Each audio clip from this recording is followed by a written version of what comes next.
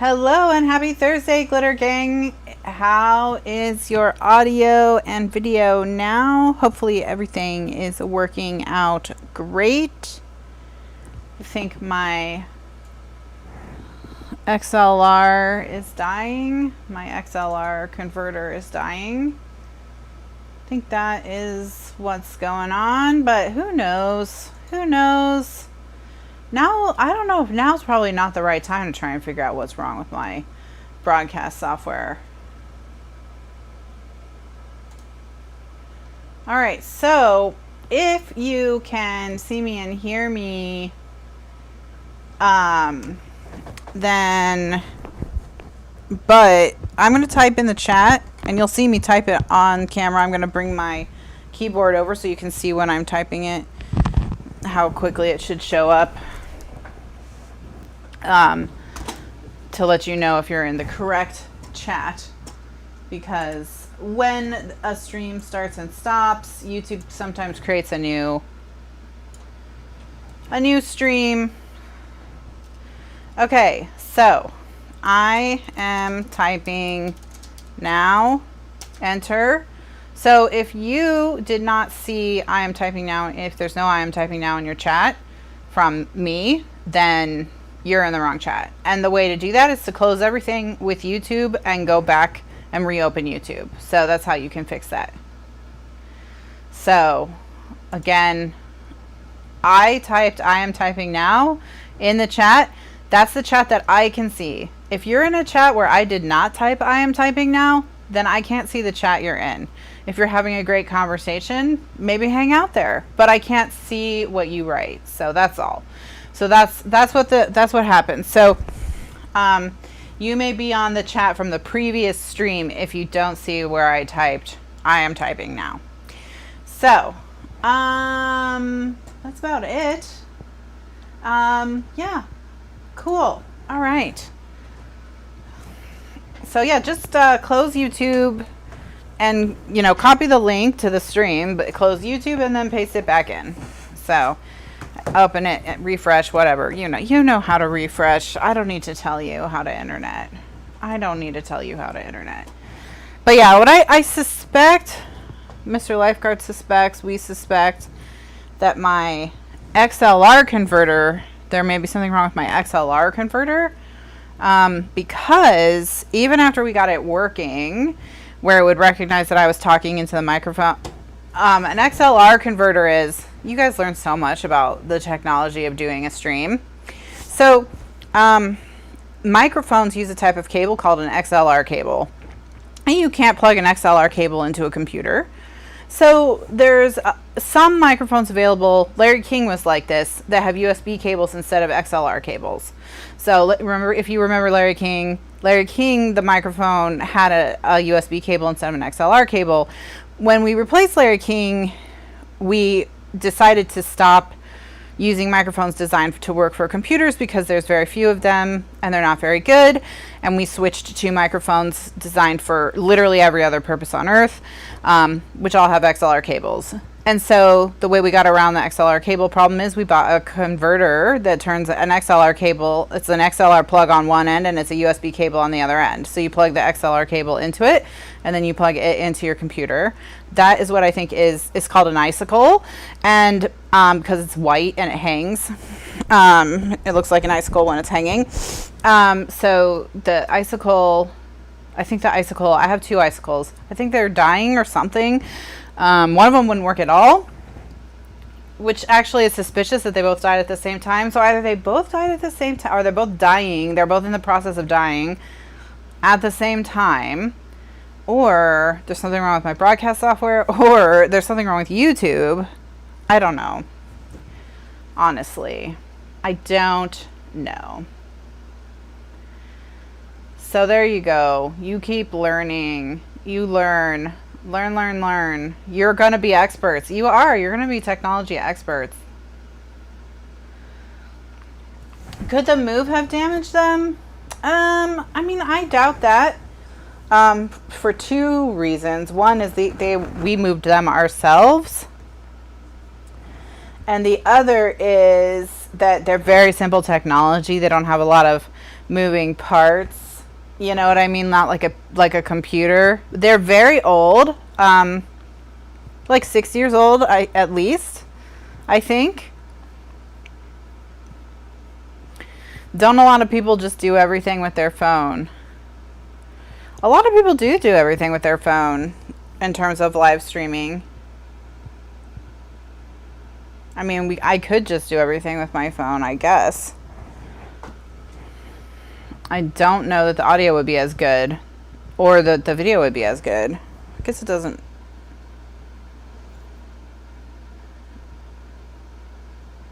But anyways, so yeah, so whatever we're going to replace the XLR cables. Software updates kill my productivity every morning. Well, software updates are the devil. Because so much stuff just stops working.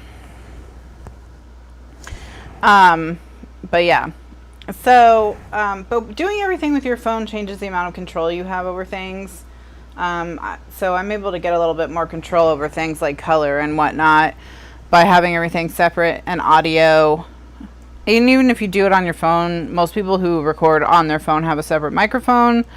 So we'll probably just fix it.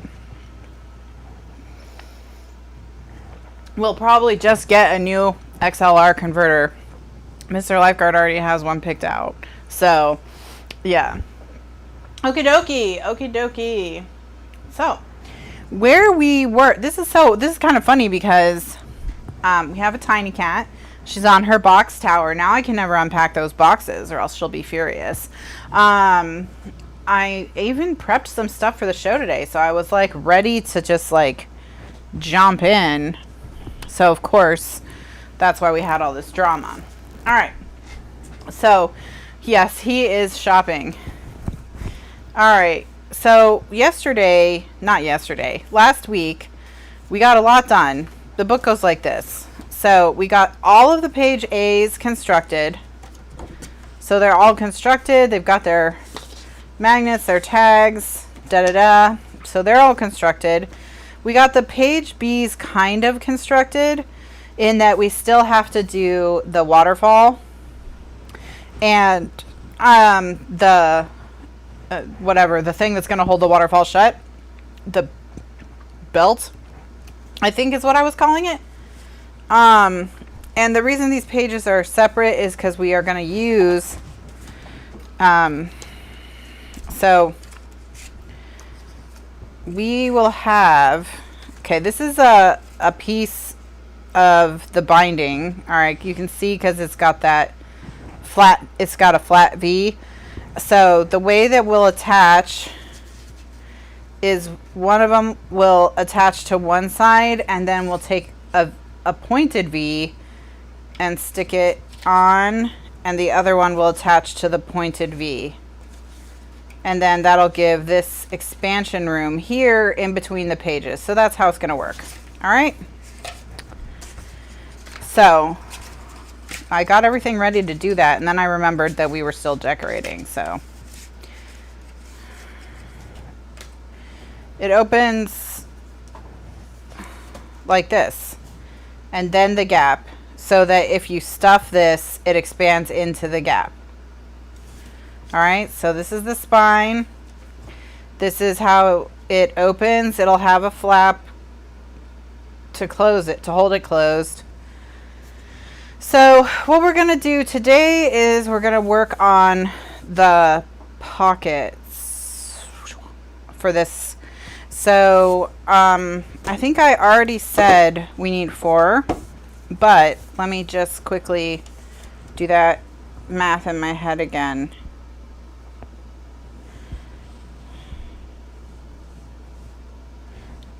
We'll make 12. We may only need 9, but we'll make 12. We'll make 12. Okay. All right. So, and then we'll have to figure out our binding. 1, 2, 3, 4, 5, 6. I need... Well, if people, when you're just starting out, you do everything on your phone. When I was just starting out, in the very beginning, I recorded things with my digital subcompact camera that could only hold like 15 minutes of video. And then when I got fancy, I got a webcam that I taped to a box. So this has been a progress of 11 years. So we didn't start out. This is one thing that I think happens with YouTube is like people who have been doing something for 10 years and who have been gradually improving their technology as they go, as they learn more about the technology and as the technology advances, are at a certain place in the technology progression. And so I think there's a lot of pressure on people who are just starting out to match that level when I wasn't doing that. When I started, YouTube would only let you do 10 minutes per video, and people just like recorded stuff with whatever crappy camera. Everything was upside down, sideways. Lighting was terrible. I mean, yeah, it was, you know. And then I'm going to pull out 3 additional sheets for whatever closure we make, and we need to figure out the closure first because the closure is going to have to get glued down, and then the envelopes are going to have to get glued down on top of the closure. So if you're, you know, if someone's just using their phone, then that's just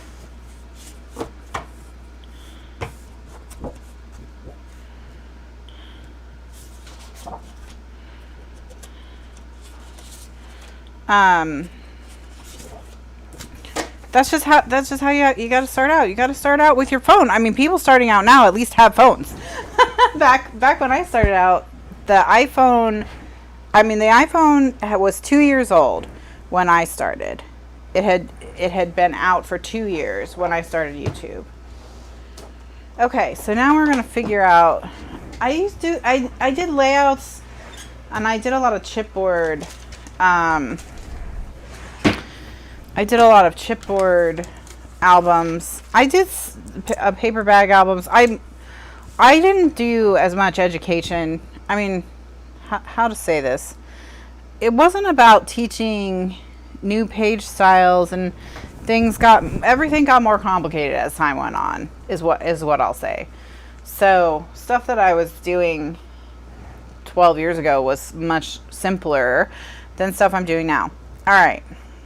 Now,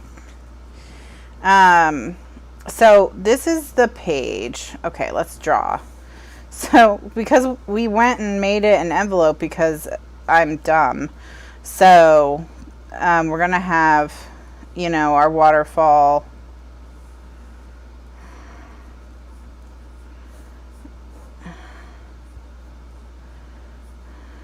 All right. It's going to look kind of like this. So what we need is something to come down over this. And I think what we'll do is we'll put like huge buttons and string so that it'll be like, so it'll look like this. So we'll have to make our,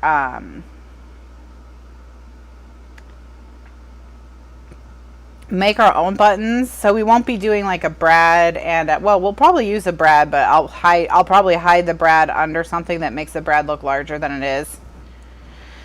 So if these are like 7.5-ish inches, I don't know if that's exactly what they are, but it's close enough.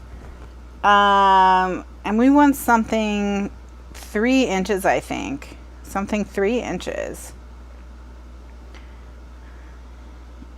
So we'll make it 3 inches wide.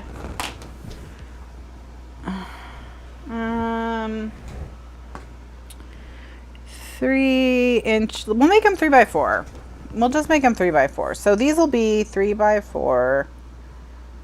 And then we'll actually make them, 3x5 so that we have the little flap that folds under right here.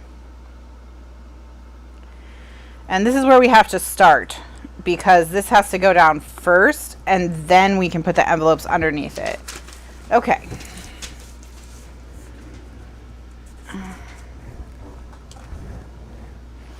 All right, I think that's what we'll do. So 3x5 means we can use the 5x7 pinwheel because we can just cut it in half. And we can get 8 of those out of 1, and we only need 6. So that'll work just great.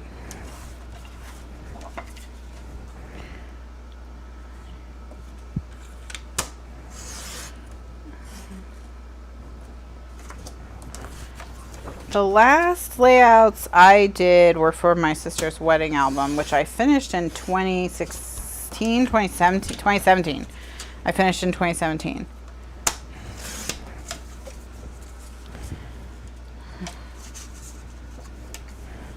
All right, so then I'm just gonna go and cut them all in half. And then we'll trim them.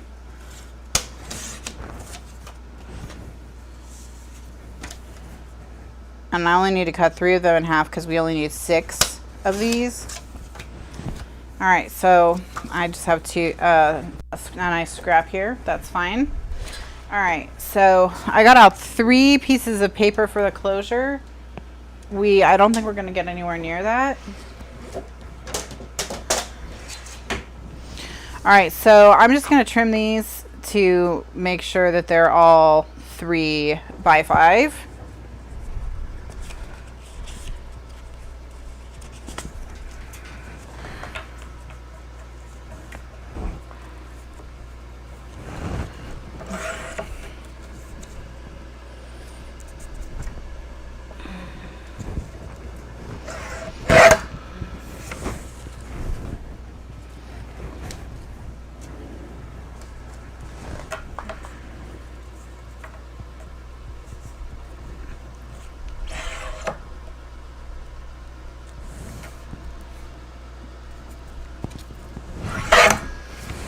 All right.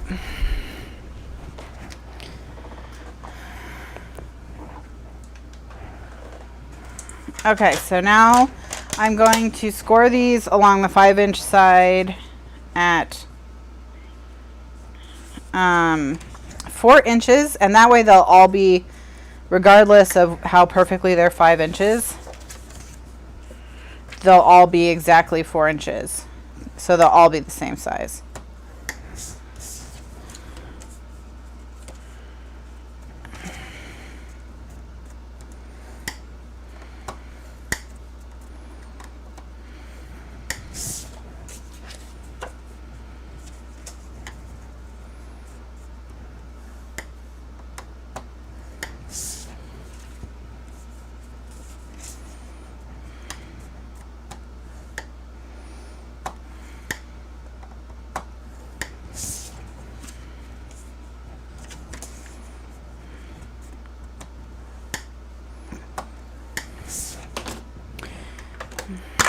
And now watch, we'll get the XLR converter and that'll turn out to not have been the problem somehow.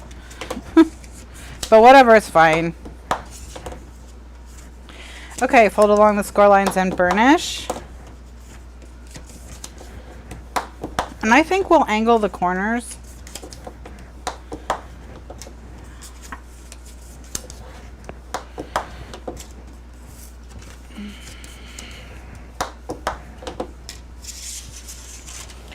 So let's chomp them with the angle, with a large angle. And then we'll make our buttons. And we'll make pretty big buttons.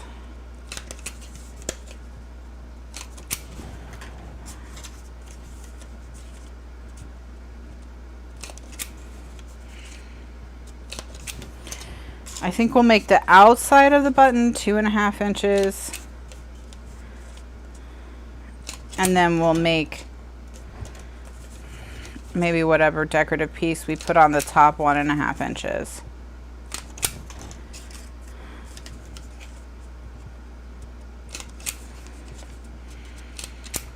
All right. So we've got those on. Let's tape.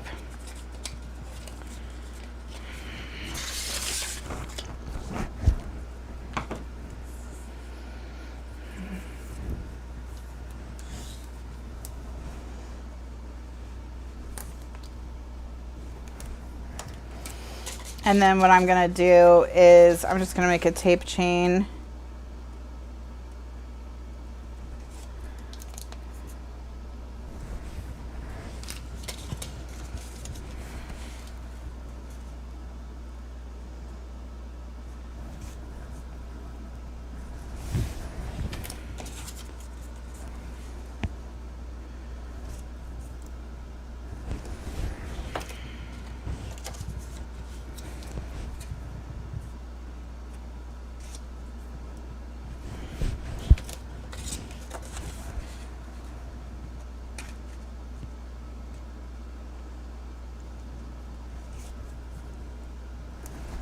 Okay.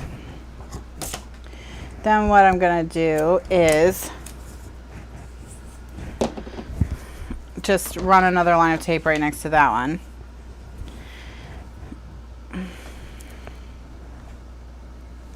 And then we'll cut them all apart.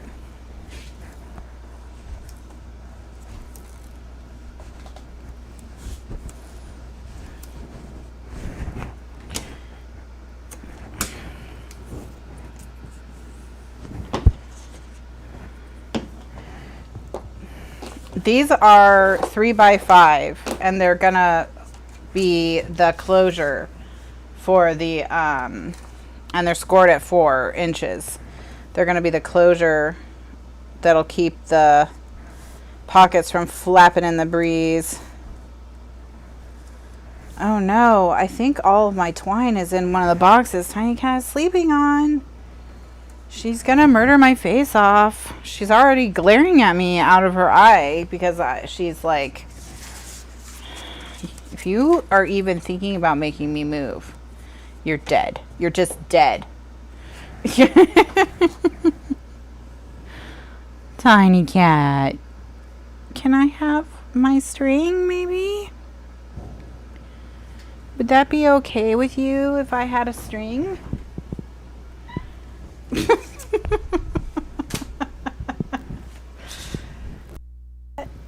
What do you think? What do you think if I had a string? Maybe. Do you think that would be okay? Could I maybe have a string? That did sound like a no, didn't it? That did sound like a no. Oh, maybe it's under this box that you're not sleeping on. What if I look on... Oh, I need Mr. Lifeguard to carry a box. She was like, no string for you. No string. Hi, buddy. Hi.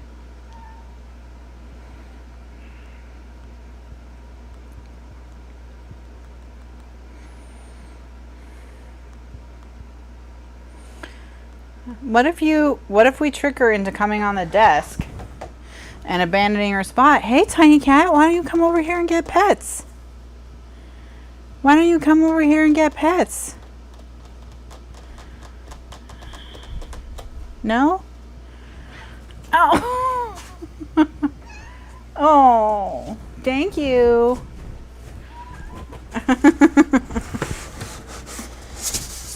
Yeah, she was sitting on it. Okay. Ugh.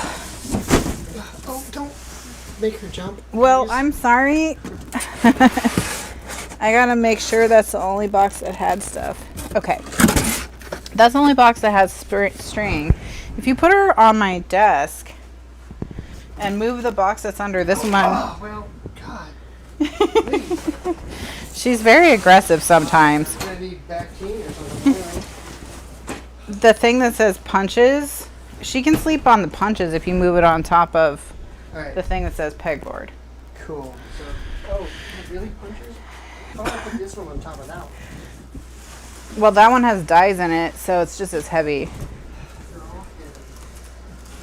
Oh, hey, I found the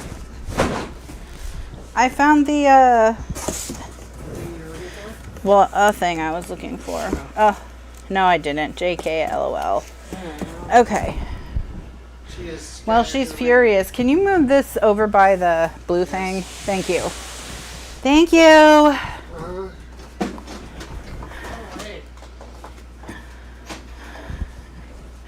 You are gonna owe her big time now. I know. That was her outrage. Oh, come here.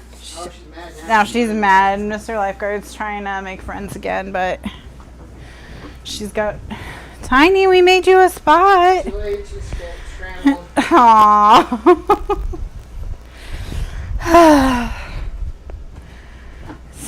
Tiny is pissed. So I will expect to be mauled in my sleep later. Okay. So here's my 2.5-inch punch. And my 1.5-inch punch. And I'll also need my 2.25-inch and 1.25-inch for the pattern paper. She will make sure I'm sorry later. So let's start with 2.5-inch. And again, we'd need 6 of these. So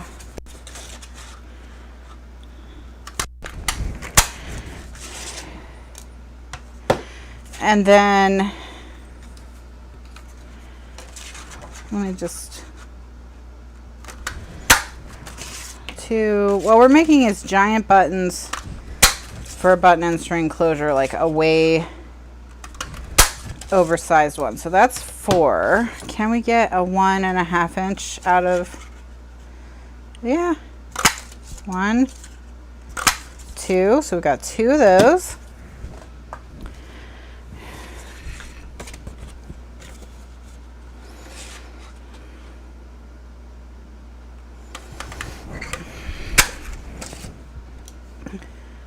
One, two, three, 4.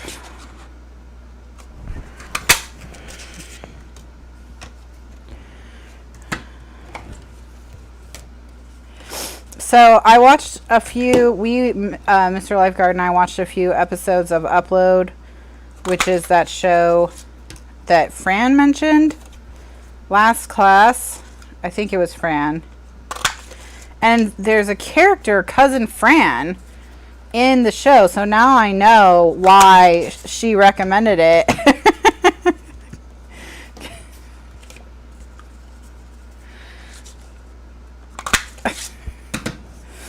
Because she was all about Fran representation.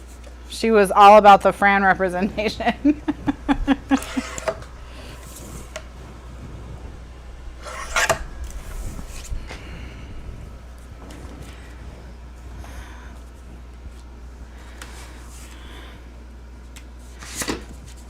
Yeah, Cousin Fran is gonna get, I mean, we've only seen like 2 or 3 episodes, but I feel confident that Cousin Fran is gonna get to the bottom of it. Okay, so now what we need to do is we need to find the center of all of these, and the easiest way to do that is gonna be to punch out from the 2.5-inch punch a scrap. And then fold it in half. And in half again.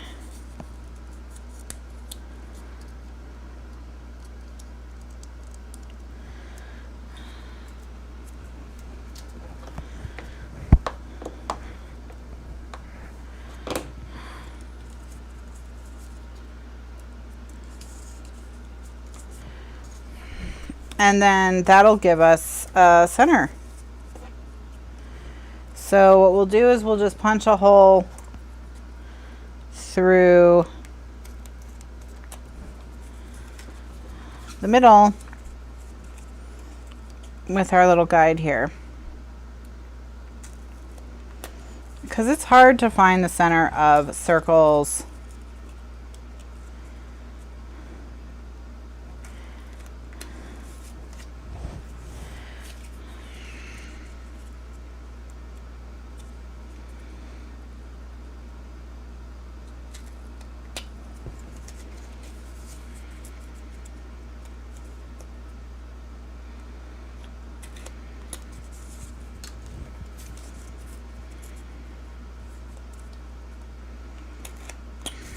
Okay.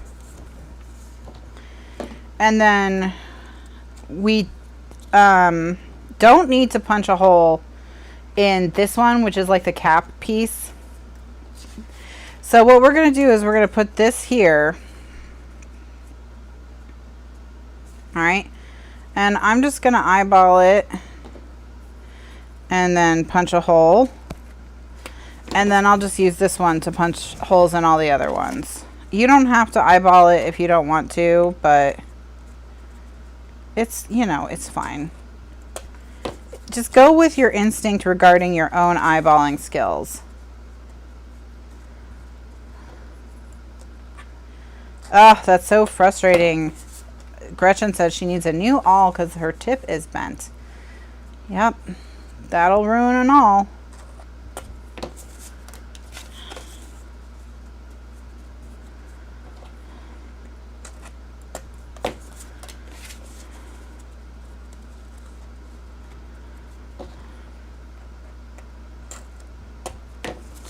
Okay, so now I've got all these.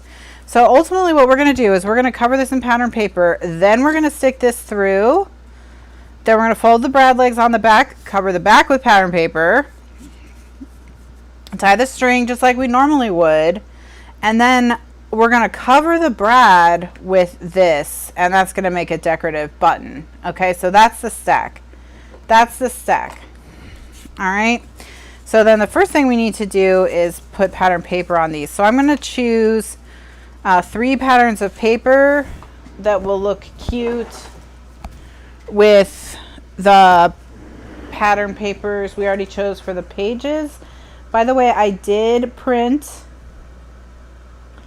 new paper for the cover, so now we can use those patterns as well. And because I was afraid we were going to run out of paper, I printed more, an extra sheet of each one.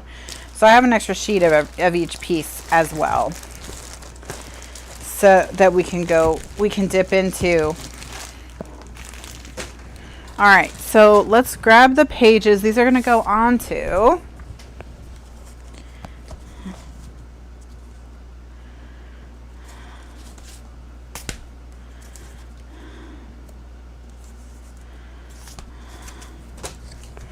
All right, and what we're looking for is a pattern that will coordinate with both of these when we're looking for paper. So with this one, I can use the stars. So I'm going to try and use scraps if I can. So I can use the stars on this one, no big. The blue stars. On this one,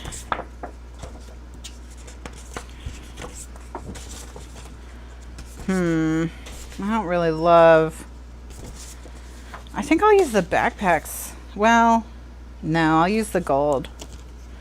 The green, I'll use the green polka dot. On this one, just when I'm crafting Kimberly. And then on this one, I'll use the stripe. So, well, that's not true. So Kimberly asked me if I always store everything in paper bags or just while I'm like actively crafting. What I do is, if I have a paper pad and all I have is the paper pad, then I just store that pad in a bin. If I have other things with it, like embellishments, etc., then I'll put those in a bag with the paper pad and I'll store it in a bag together so that I know I have matching embellishments.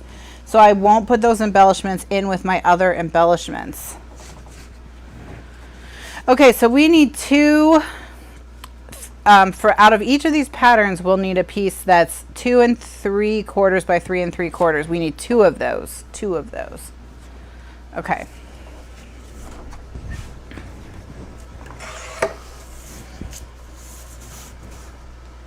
Out of each pattern. And then when I'm done with a book, then I break down the bags and I recycle what is in a state where all that can really be done with it is recycled, and then if it's still usable, I put it in a mystery box. I printed, no, I printed 12 by 12. So I printed 12 by 12. Those 8.5 by 11 sheets were, now for this one you could use, could you use 8.5 by 11 on this? I don't think any, because you mostly use scraps in this book, so I think you could do 8.5 by 11. All right.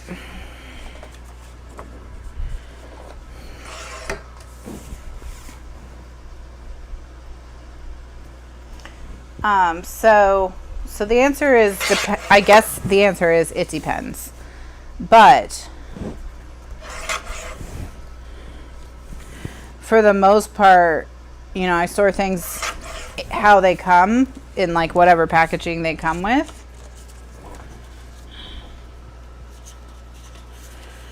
Unless I'm trying to keep things together.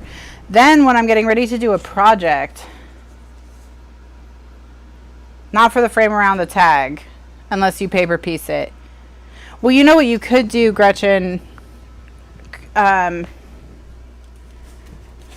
is instead of running a piece from here to here, you could run a piece from here to here, and then you'd just be running from here to here, and then you would be able to do it out of 8.5 by 11. Okay, so, but because this, so you would be able to do it if you did these two as vertical strips that go all the way from top to bottom, and you did these two just from edge to edge of the pocket. So you would have to do that. You would be constrained in that way, but you could still do it. But other than that, you could probably get 8.5 by 11. Okay.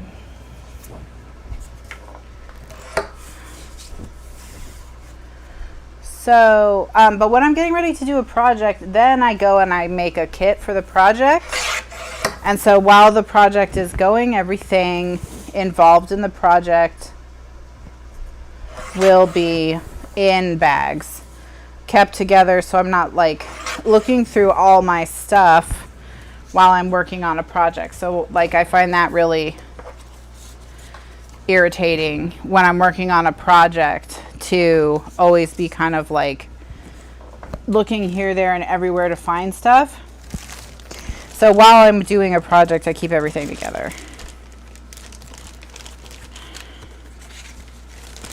All right. So what I'm going to do is, while these are still square, I'm going to do tape chain, and then we'll punch them, and then we'll ink them, and then we'll stick them down. So yeah, I just hate having to get up and go digging around for things, and stopping my flow.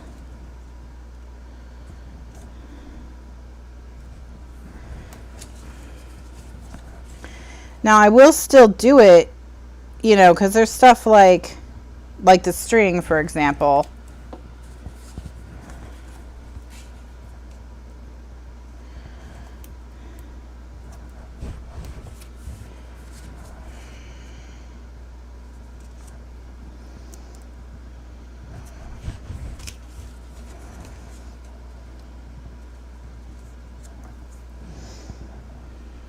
But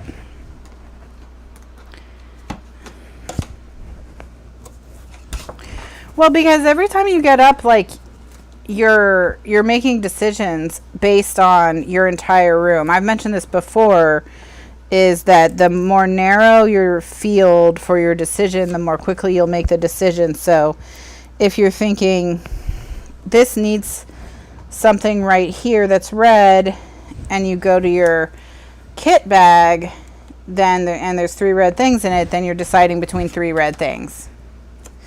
But if you are like, oh, I want something red here, and you have your entire craft room, not only do you have, like, depending on your stash, 300 to 3,000 red things, but they're here, there, and everywhere. You can get distracted, and then it's harder to choose between 300 red things and 3 red things.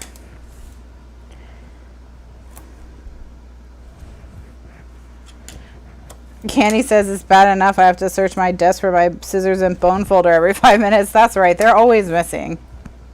And I keep a pretty tidy workspace, or try to anyway, and I'm always looking for my T-rib, which is that bone folder right there that looks like a hook, or a claw. Because I think its shape makes it easier for it to hide.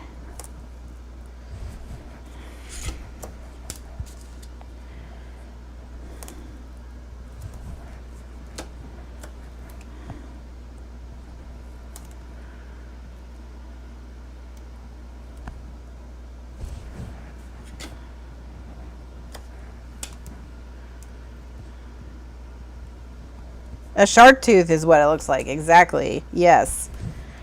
Definitely shark tooth vibes.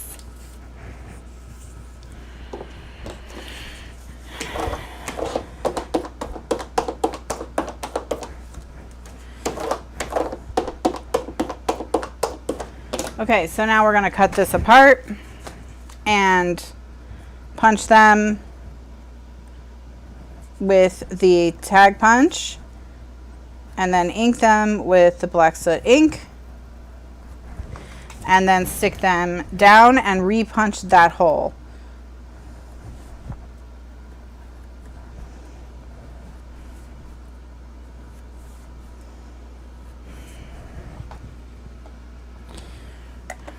Now you have jaws stuck in your head. Uh-oh. All right. So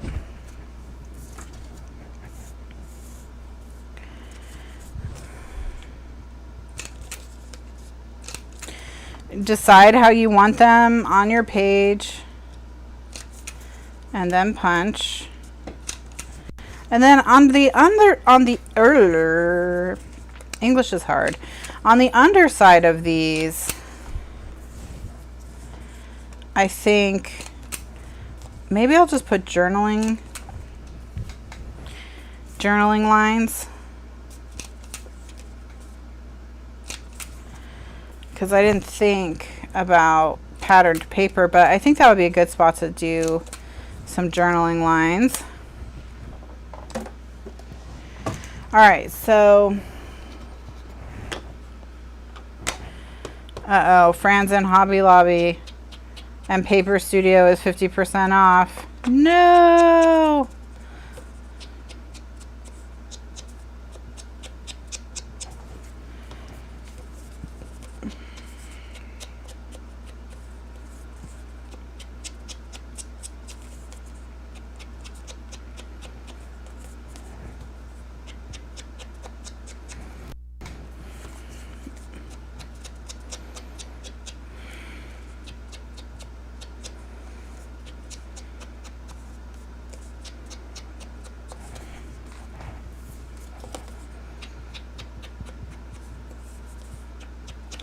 My floor gets messy when I'm working on a project, because that's just a habit I've developed to keep mess off camera, is that I tend to throw things on the floor now.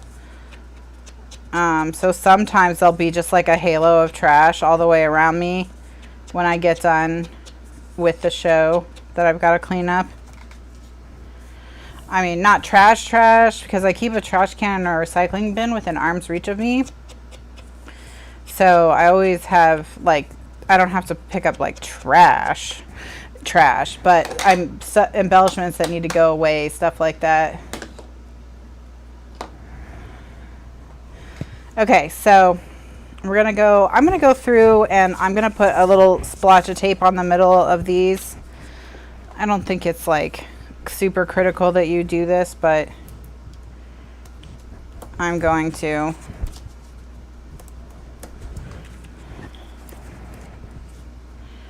But yeah, I don't put things until I'm done with the project, in that, in the sense that I put everything in those bags, and then those bags go in my work in progress bins, which currently is just a plastic bin because I haven't hung up my pegboard, and I haven't made a decision about that because because of the current situation. But I think I should be able to go to IKEA soon. would be my guess. So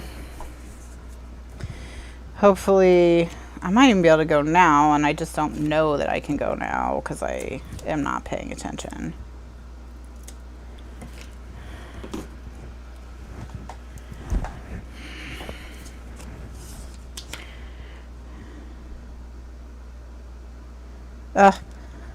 The black just really makes this paper pop. It's nice. All right, and so now I'm going to take this hole and punch it again. Okay. Then we'll just do that 5 more times.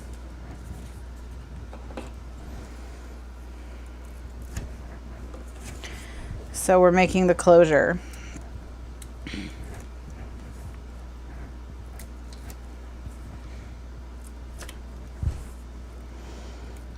Making a giant button and string, but I think it'll be fun.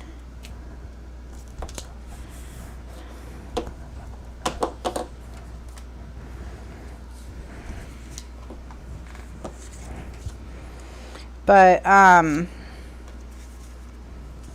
my room is not cute in my opinion. I mean, I tried my best, but it's very geared towards just functional,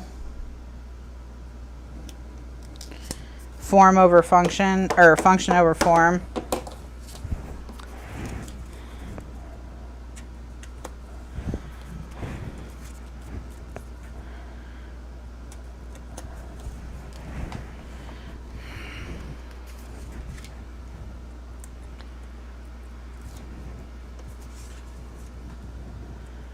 Looks like the Tampa IKEA is still curb pickup. Okay. See, that's my problem, is that I know what shelf I want, but I don't know what, like, drawers and dividers I want. I need to go see those in person. So I'm kind of waiting on that because I don't want to buy a bunch of inserts that I'm not going to be able to use.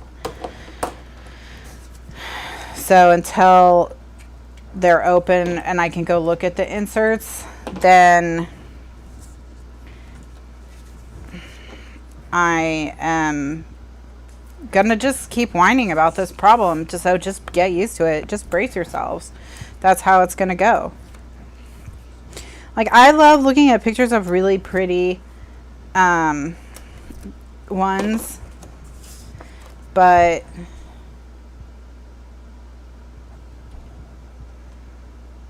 really pretty ones. IKEA's shelves. Does anyone know what I'm talking about? No. Really pretty craft rooms, but you know, who knows if I would actually keep it cute, you know.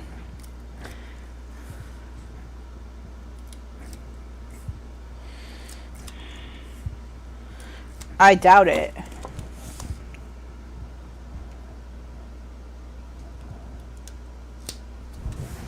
All right. There we go. There we go. There we go. There we go, guys. All right. I'm obviously going to have to take a how to talk class soon. So, because it's getting very concerning around here. All right. So now we have our little stack of these.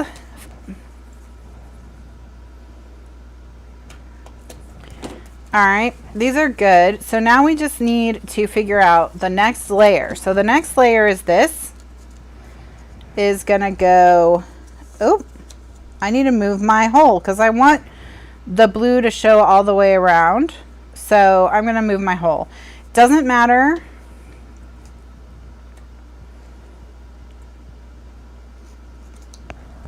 Doesn't matter. You're only gonna see 0 holes at the end. 0 holes. This is not new in the sense that we started this last week, so it's pretty new, but it's not the very first time that we've done this. And these live streams do not typically go on YouTube. So they're almost never on YouTube. Usually if I put it on YouTube, it's for a special occasion, like the National Scrapbook Day ones that are up right now. And if I do put it on YouTube, it will stay on YouTube permanently. So I wouldn't put something on YouTube temporarily and then move it. So they're either on YouTube or not, usually not for the regular Thursday shows. However, if you purchase the tutorial or album basics guide that goes to a project that has a live component, you will always get those live recordings in your folder with your purchase as they are made. So that's one way to get access to them. So if you got this project, this is the Catch a Tag Remastered album basics guide linked below. If you got this project, then you're going to get all the videos for decorating both versions. So we've already done one version, which is a cruise version with a bonus pocket, and now we're doing a school one with a bonus folder. So yay, Renee! Renee got her National Scrapbook Day prize. Hooray! Okay, so now we need to find complimentary papers. So hopefully that answers any questions about how recordings work. But normal Thursday shows go in the archives, and if there is a project folder, then they also go in that project folder, both places. So all videos are always in the archives. Some videos are also in the project folder, and then some videos, like for special occasions like National Scrapbook Day, are also on YouTube. Renee, did you get a circle scissor? Is that what you won, or what did you win? Tape? I don't remember.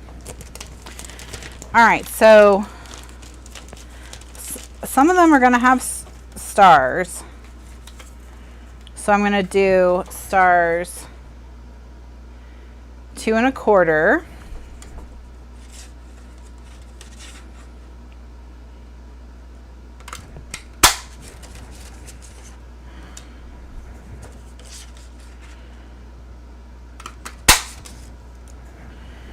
All right, and then, ooh, tape is great. Tape is great to have. All right.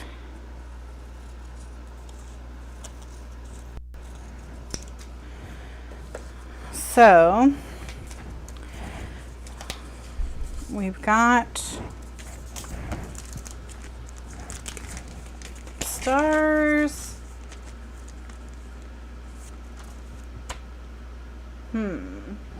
Let's see, what else should we do? We're kind of getting to the bottom of the barrel with scraps. I think we may have to cut some new paper. I think I certainly want something maybe red.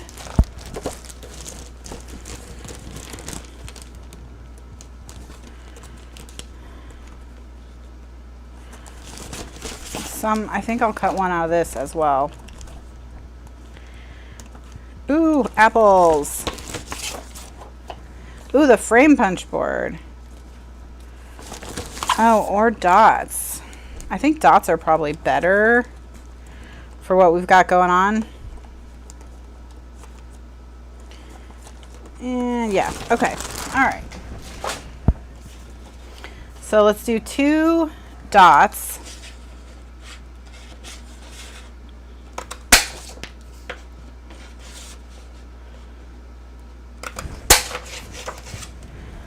All right, so we've got 2 stars and 2 dots.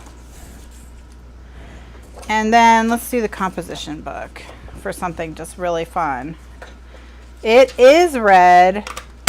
The red in this collection is very red. Now it's not, I've mentioned before, my camera over exaggerates red. So it's not as red as this, but it's still a very bright red. It's still very red. Okay. All right. So now what we're going to do is we're going to take these and glue them down to these cardstocks. So I'm going to ink them and then glue them. We'll punch the hole again. You know the drill.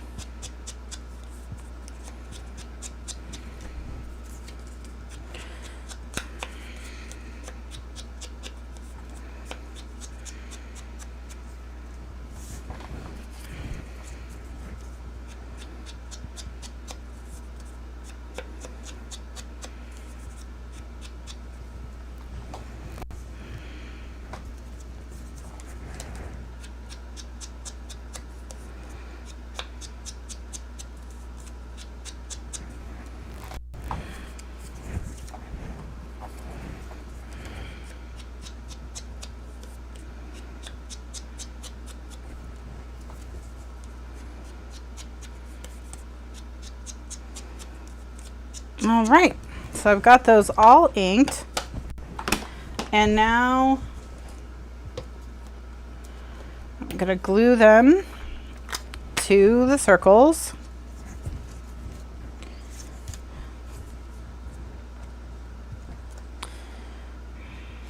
And I'm just going to use liquid glue because with the circle it's just a lot easier.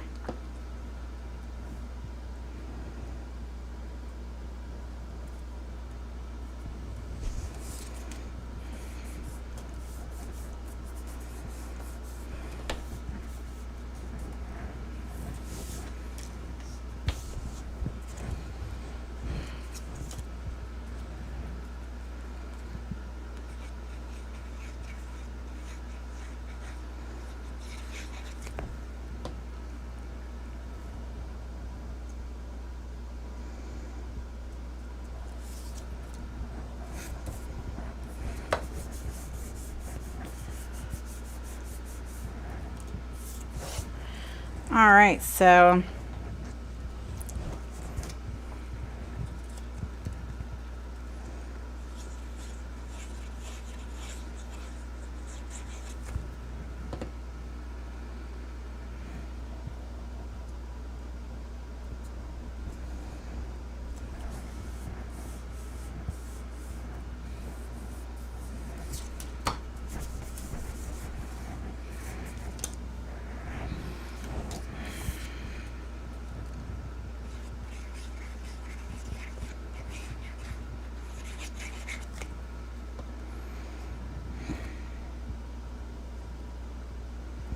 okay.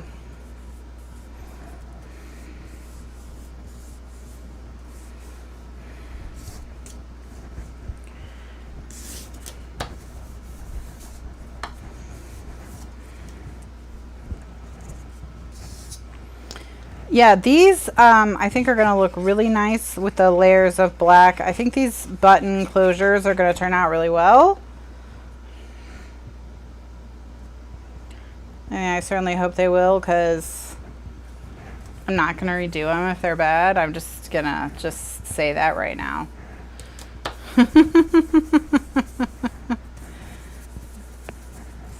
But I do think they're going to be adorable, bright and fun. And then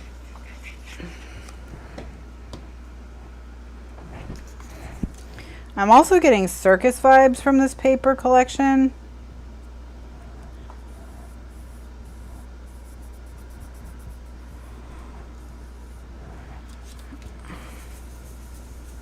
I think because of all the stars and red.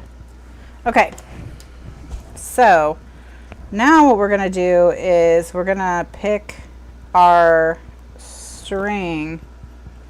Circus vibes. Okay. So, oh yes, and mouse vibes. All right, so I need to get a string. Tiny Cat sacrificed her happiness for this. So I'm thinking to pick one color that will work for all 3 pages. It's a disaster. I need a little basket to put all my strings in.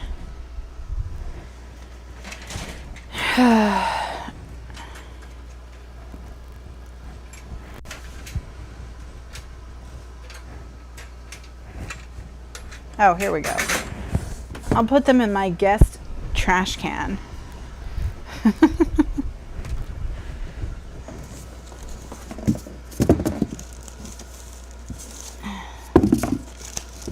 Since I'm not having any guests right now.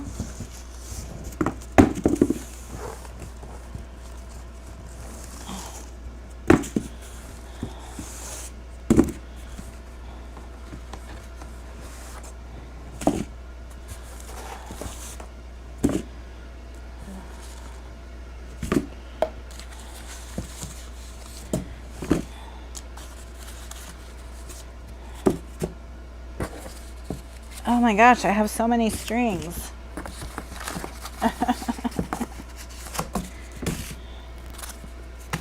Every time I think I'm getting close to the bottom of the string pile, more strings are revealed.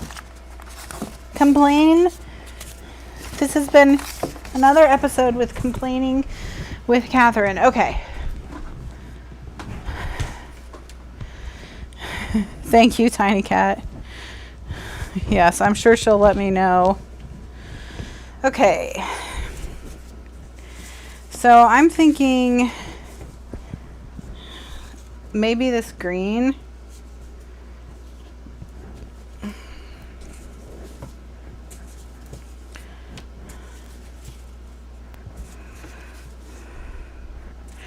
Or, excuse me, hiccup, maybe this black and white.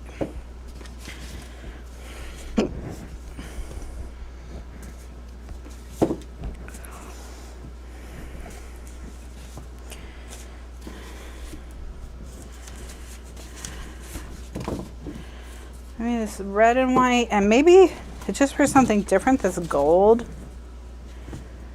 And actually, I think the gold,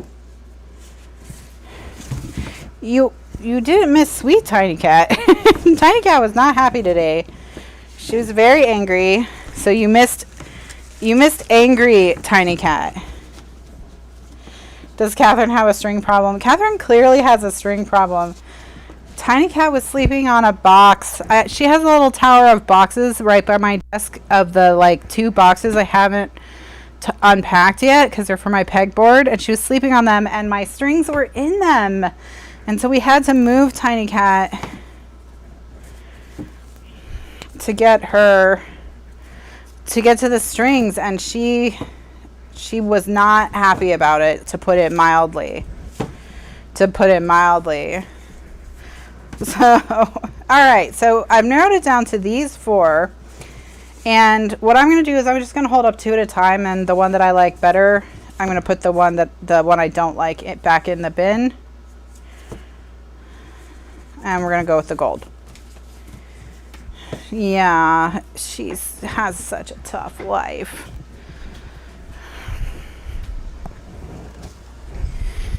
So,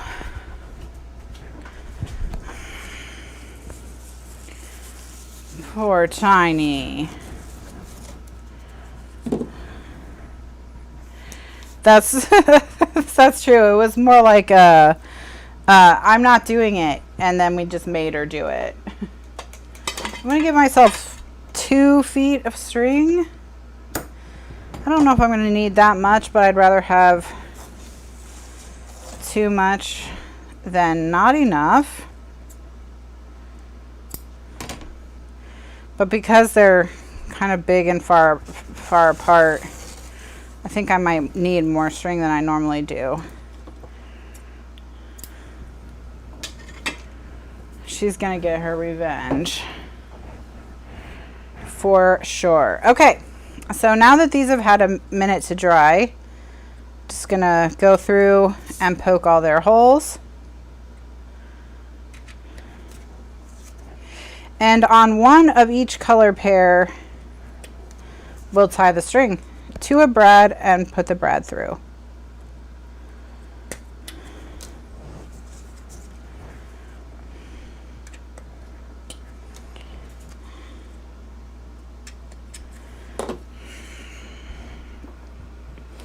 Luckily, Tiny Cat is more of a in-the-moment revenge getter.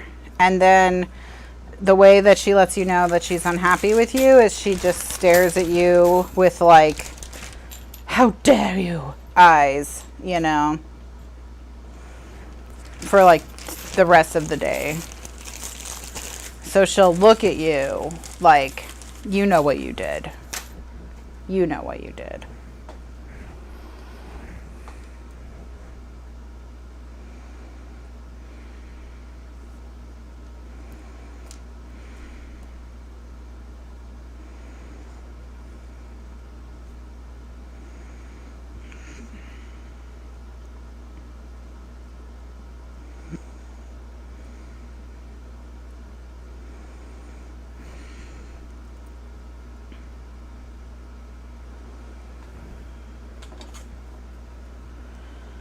I don't know, because see, as long as you can avoid getting clawed, you're usually okay. So like Mr. Lifeguard got clawed, which is why I called him up here to help.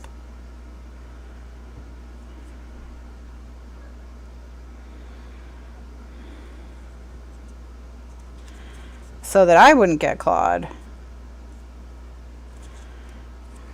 Okay. All right, so now we kind of need to figure out, you know, which ones are going where. So the blue ones are going on this one. Okay, look, so that's how it's gonna look. You get the idea. I don't think we want stars on top of stars, so we won't do, this one will probably do the red.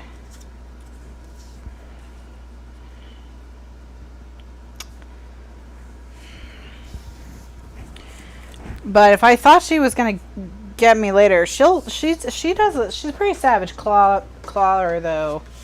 So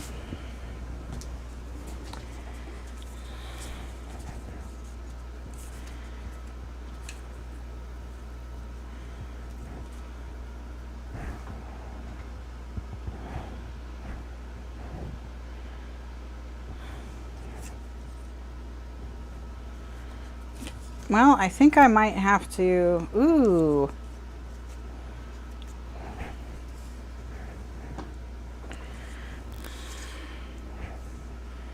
I think that's how we'll do it. All right. So,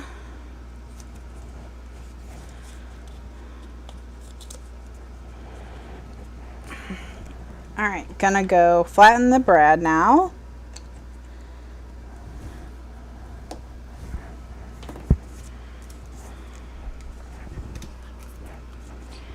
On both of these.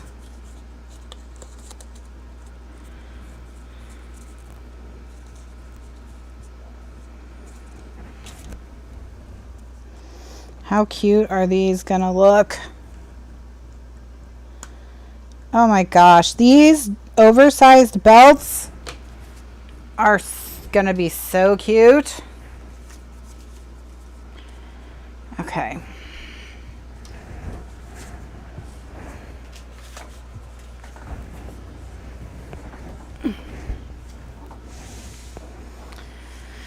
All right, so that's number one.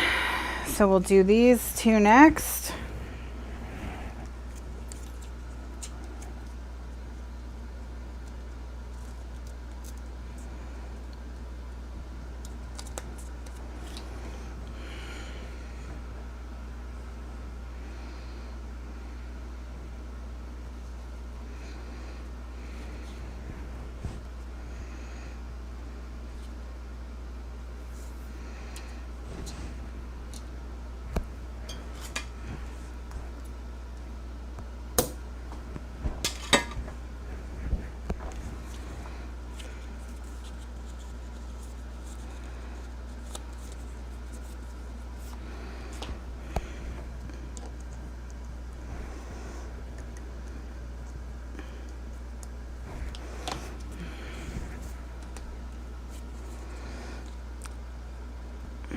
Yeah, but Mr. Lifeguard tried to make it up to Tiny Cat as he was leaving, and she was having none of it, so she's definitely holding the grudge.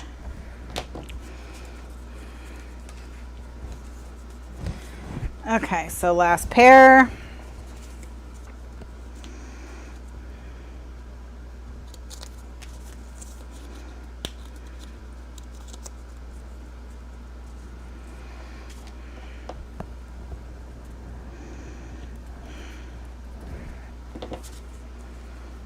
Do I have a favorite color? I don't.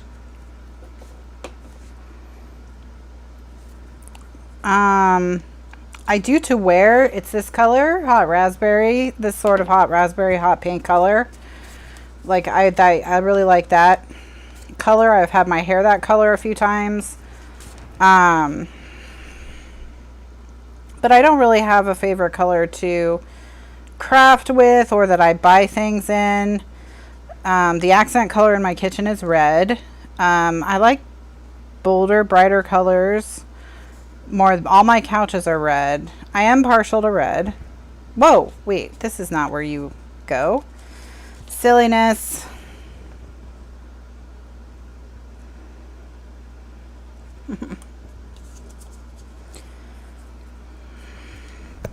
Reds and pinks. I like warmer colors more than I like cooler colors. For sure. All right. Here we go. All right. So those are all done.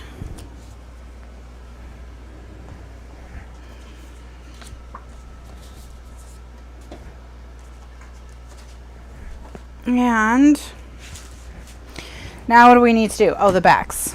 I'm gonna put journaling grid on the backs. No big deal. So yeah, I'm just gonna put a little journaling grid on the back. Again, 2 3/4 by 3 3/4. That's your measurement.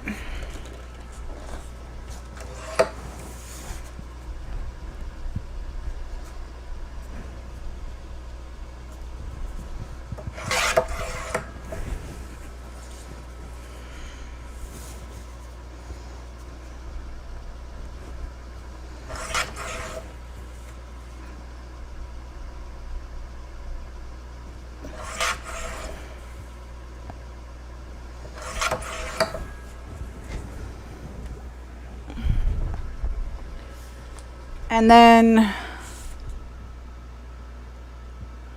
we'll do the covers for the brads, yes.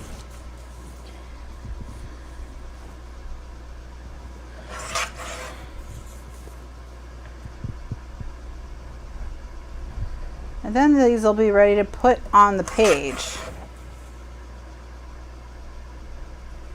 I like how I was like, I'm gonna make this book come together quickly, and then no, just hasn't been. Okay, well, whatever. It's fine.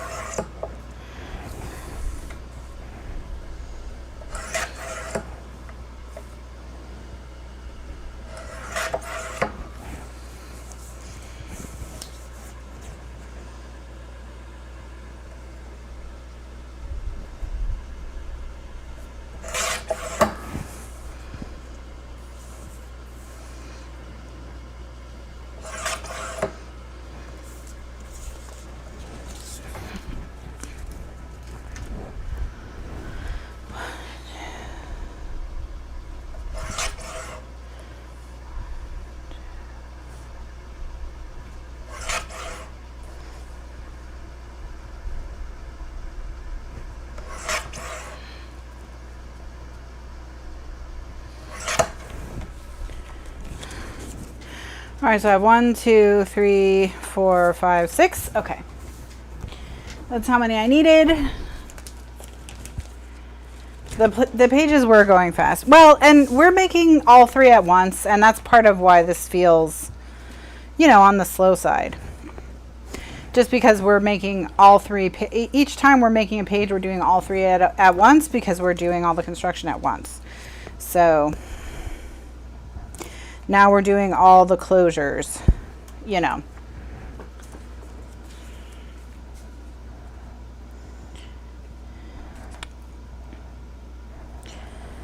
Well, I think all colors have their place. I tend to think, you know, in isolation, there are some colors that I don't prefer, but that there's an album for that color or an outfit for that color. So, for example, I would give the color Millennial Pink, you know, which is that kind of grayed out grayish pink. You know, it seems fairly unappealing on its own in isolation to me, but it pairs really well with blacks, grays, and whites, which I wear a lot of. A lot of my clothes are very neutral in tone because my hair, I went through a period where my hair was changing so much so often that it just made sense for my clothes to be primarily black, white, and gray.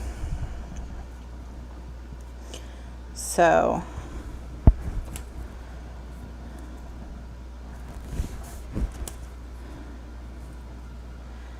I like this style of putting them together too. But see, I would wear Cheryl. Well, I'm looking at Cheryl, and Cheryl doesn't have enough blue for me to wear, because like I said, I really like more of a raspberry, like a cooler hot pink. But yeah, the doing one thing 3 times, it feels like it's saving time. I don't know. I don't feel like the last one took that long though. But maybe I'm just crazy. Maybe I'm just insane. I don't know what time is anymore. So, you know.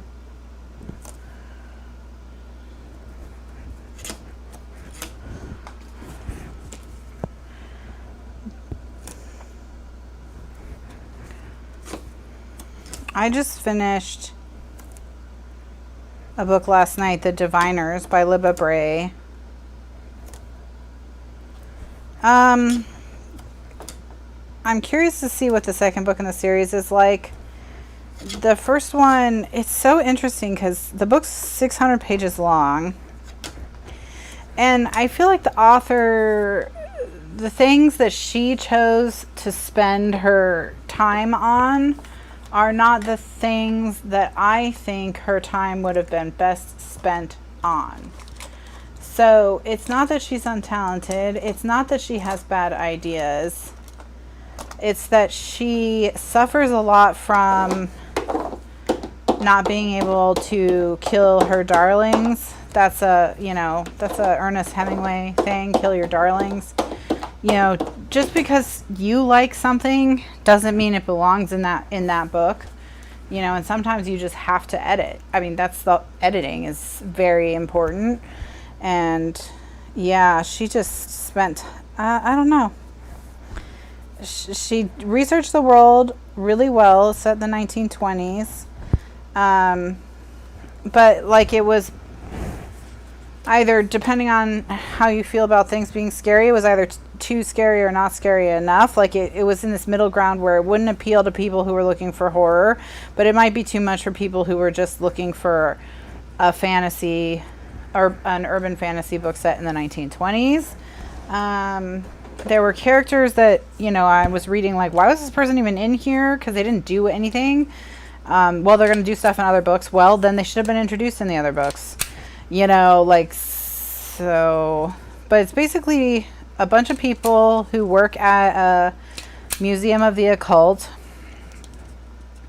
one of whom is a consultant for the police on ritual murders, trying to solve a ritual murder that seems like it may be people trying to start the apocalypse. Which, there was a season of Dexter about this, actually. People doing a series of ritual murders to try and start the apocalypse. So, you know, it's kind of like that, only lame. This book definitely could have used some Edward James Olmos. But like the murders are not focused on to the extent that someone who was interested in a mystery book would like. They were not focused on to the extent that someone who was interested in a horror book would like. They were maybe a little too creepy and weird for someone who was interested in a fantasy book. The book just kind of, and I hate to, all of this makes it sound like the book's not fun. I mean, the book's was an enjoyable read, but I just felt I was spending time on things that I didn't care about. And stuff was happening off the page, so to speak, that I cared about more.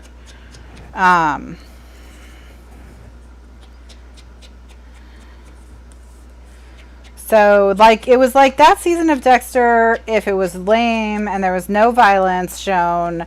And instead of Dexter, you had a bunch of teenagers with magical powers who work in a museum. Did I give it 3 stars? I did give it 3 stars. I give a lot of books 3 stars. My Goodreads average is brutal. So maybe I'll just have to go through and rate. Well, my Goodreads average is actually fine because I've added books that I loved over the years to my Goodreads, like as I think of them and come across them. So it kind of skews towards books that I really, really love, because I'm not going back and rating like every stupid, crappy thing that I read that I didn't care about. Okay, so now I'm going to flip these over, and I'm just going to put a little bit of tape next to the brad legs, just so I know that there's not a bulge there. But I'm going to try the second book, and we'll see. Because I feel like some of these problems might have been world building problems where she was trying to tell me about every character I would need to know about and every kind of like power that they would have all at once before I needed to know. So like I said, there's a whole character, Memphis, and his brother. They have a whole plot arc that doesn't relate even remotely to the main mystery that they're trying to solve. He doesn't end up working at the museum. He doesn't, he just runs into them like a couple times. He doesn't contribute anything towards saving the world at the end. He's an interesting character. I'm sure he'll do something interesting in a future book, but I don't need to know about Memphis right now. If Memphis is going to do something cool in book 2, I can learn about Memphis and his brother in book 2. I don't need to learn about Memphis and his brother in book 1. So, yeah, it was just like an info dump sometimes. Wow. Well, Jojo Moyes is a very good author, so I've heard good things. I haven't read anything by them. The book I have that I'm going to start today is The One, which is about I guess in the future there's a way to tell your exact right perfect match through your DNA. And so there's a service called The One where they're matching you with the one. And I believe this person gets matched with a bad person. Well, this book I read in 2 days. And it's over 600 pages. I read pretty quickly, I think. The other thing that I do is I can finish books pretty quickly because I will switch back, and whenever I get a book from the library, I get the audio book and the and I read other books too. So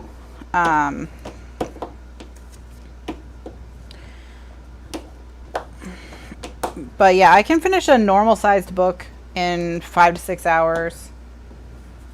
Well, so how many hours I spend reading in a day is the reason why I'm able to read so much is because what I will do is anytime I'm not doing something that requires concentration or if it requires concentration, it's of a different part of the brain than the part of my brain that would listen to an audiobook. If I can do two things at once, okay? If I can do two things at once, I will listen to the audiobook while I do it. So if I'm doing the dishes, I'll listen to an audiobook. If I'm cleaning the kitchen, I'm listening to an audiobook. Laundry, audiobook. Whatever I'm doing, I can also be reading at the same time. And then the digital books, the ebooks, I mostly read at night when I'm going to bed. Now, some audiobooks, and I listen to audiobooks at 2 times speed because the people who read audiobooks read so slowly, it drives me bananas. So I listen to those twice as fast. So an 18-hour audiobook I would listen to in 9 hours. So whatever book that was attached to, I would probably finish in a day, 2 days max between the audiobook and the ebook. And so I read a lot in the sense that into my brain is going words by an author for a good portion of the day.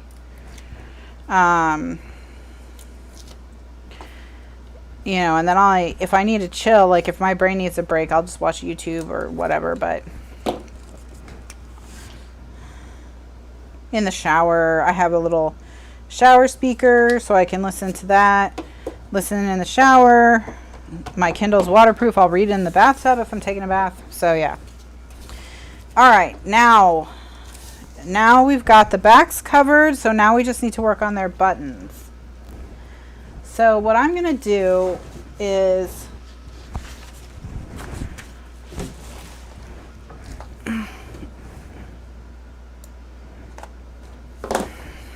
these are these are 1 1.5. So I'm going to use the 1 1/4. I'm going to try something that I hope will work. If it doesn't work, it doesn't work. But what I'm going to do is I'm going to take foam tape and tape it to a scrap.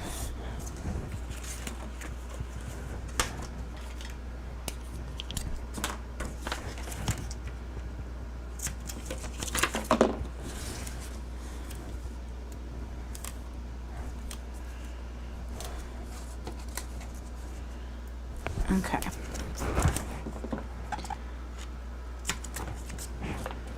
And then I'm going to take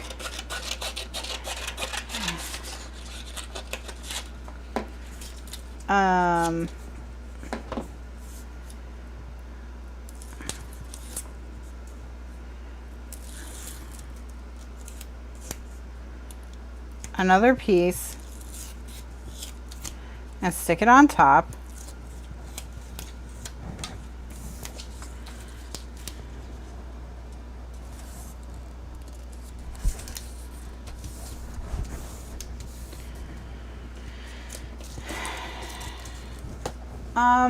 I can bounce between, I normally read 1 book at a time or two.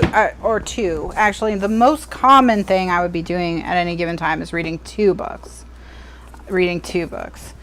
And that's because I usually have something that requires more concentration. Like I have to think about themes, you know, maybe it has heavier themes, something like that. Oh, and something that requires less concentration where the narrative is more straightforward. So I'm not thinking about it doesn't, and it's because sometimes you just don't want to read something that's really heavy. All right, so what I'm going to try and do is take this sandwich and jam it in here. It's not going to work. All right, so that's fine. I am going to try cutting it out with a die instead. Because I know I have a circle die, and maybe I have a circle that will fit.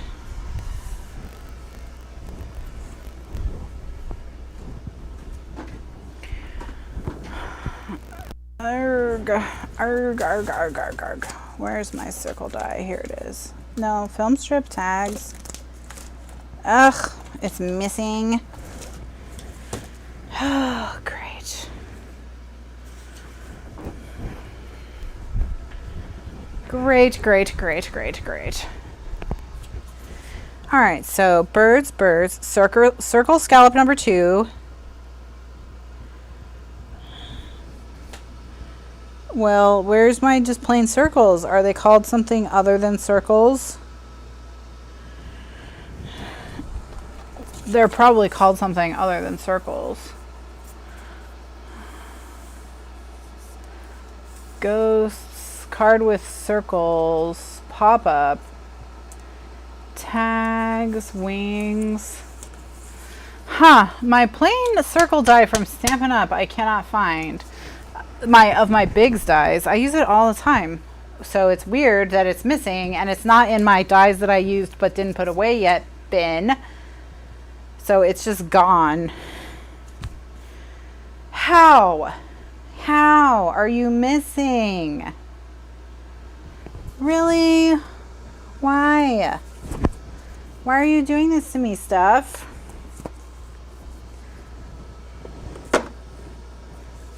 Boo. But wait, is this it? Oh, wow. I found it. I'm just an incompetent loser. Don't worry.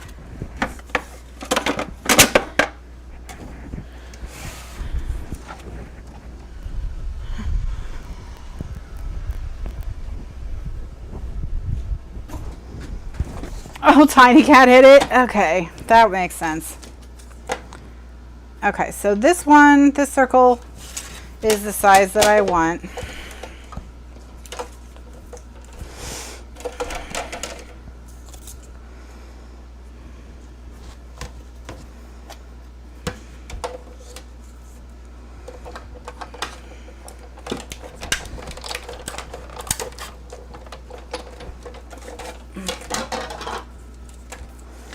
And what's getting cut out are these kind of little circle sandwiches that I can then stick down to my actual circles here.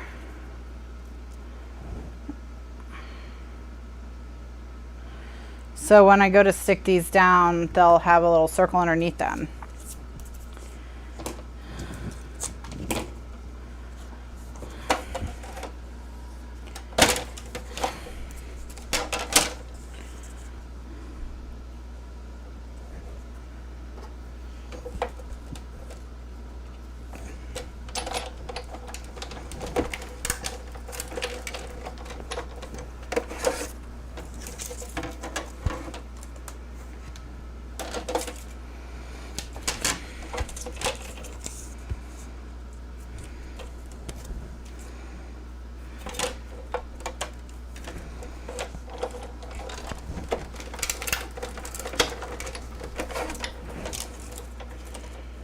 All right, so I've got 3 circle sandwiches.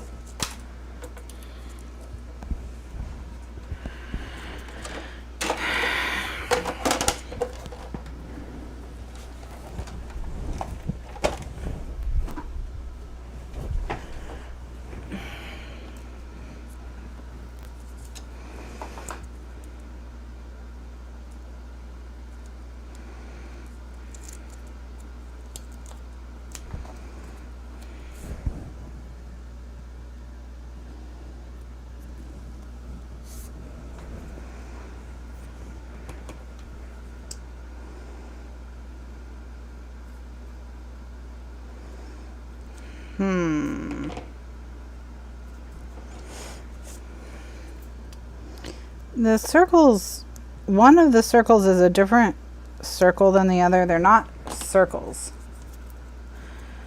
So what I'm going to do is cut an end off.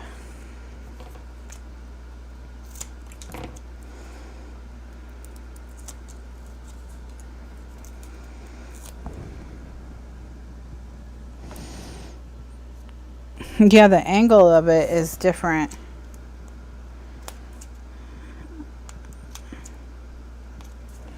Well, I should have used a smaller one. Whatever. Okay. I'll just have to trim anyways.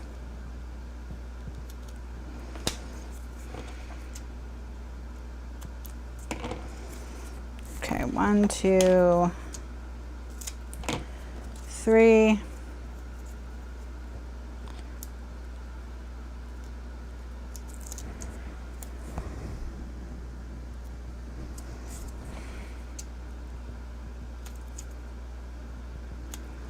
All right. So now we have 3 that are blanks. So what we're going to do is into these, we're going to punch the center hole. So we need a scrap.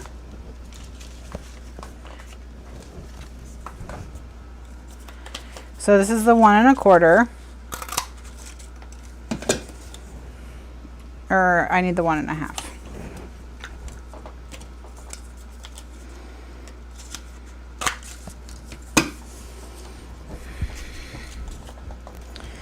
All right, so fold it in half.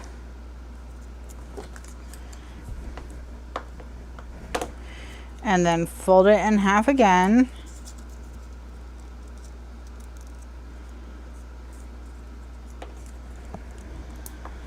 Okay. Then poke a hole right in the center. And then take your white gel pen, because you're on black here, and make a mark, so that'll show you where the center is. Of these three,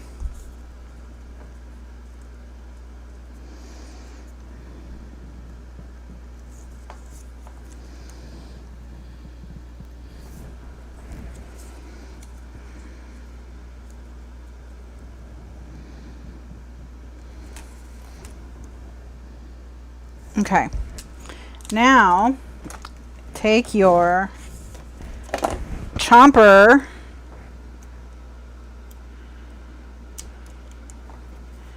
your 1/4 inch chomper and chomp out the center, because this is what's going to go over the brad. So this is going to go over the brad, and then this lid piece will come down, and we'll put the pattern paper on top, and that's what'll make the raised button.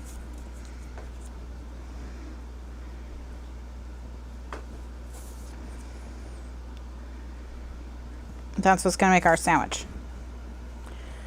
All right. And that's how it will lay flat. So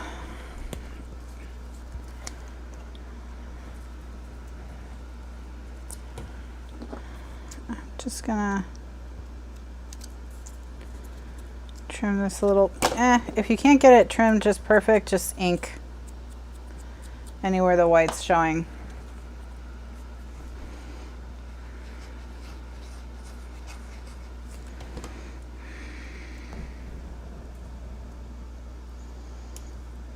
And then just glue it down.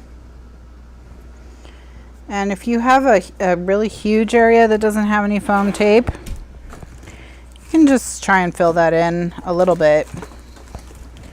It's more about the thing itself laying flat, you know, and not getting bent.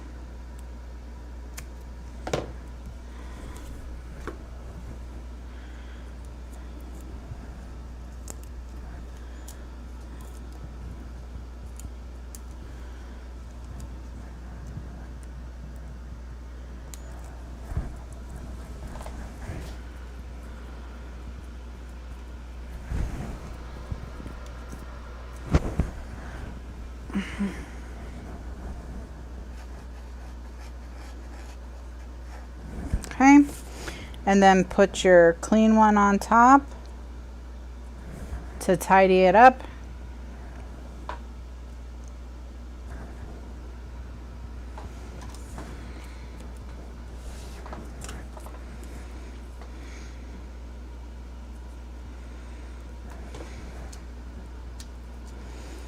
You can use some of the foam that I cut off.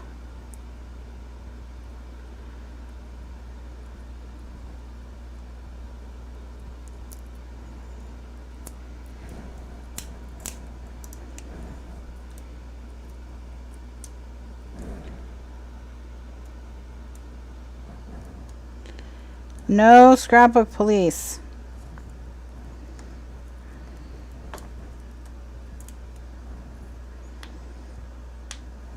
There are no scrapbook police. Or if you want to think of it as I am the scrapbook police, and I'm incredibly lazy and I don't feel like doing my job.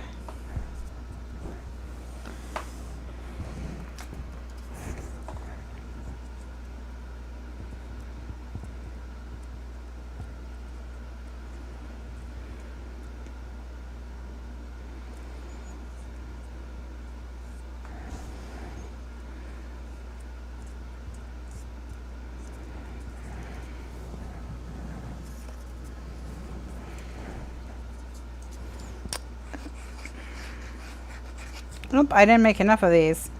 I only made 3. Oopsie.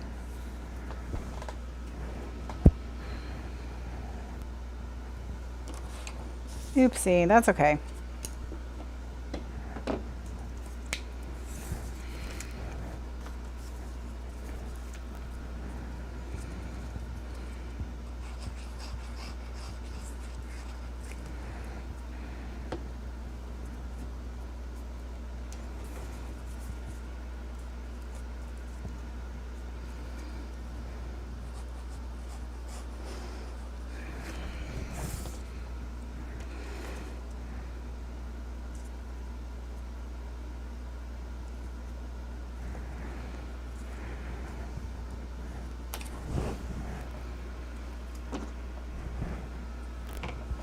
Well, I think if you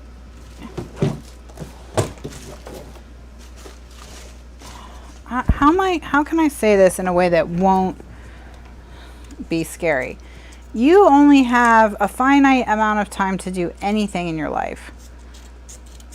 So it's all about balance. Right? You can only read so many books. You can only make so many albums. There's only so much you can do. You can't do it all. And so, when people say, well, I don't have time to craft or read or whatever, it's like, well, you do.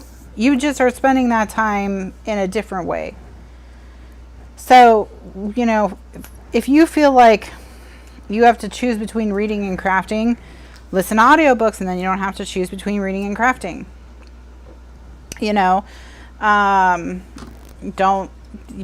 Or watch TV, and then you don't have to choose between watching TV and crafting. It's all about balancing, and you can't let yourself be overwhelmed about everything you want to get done.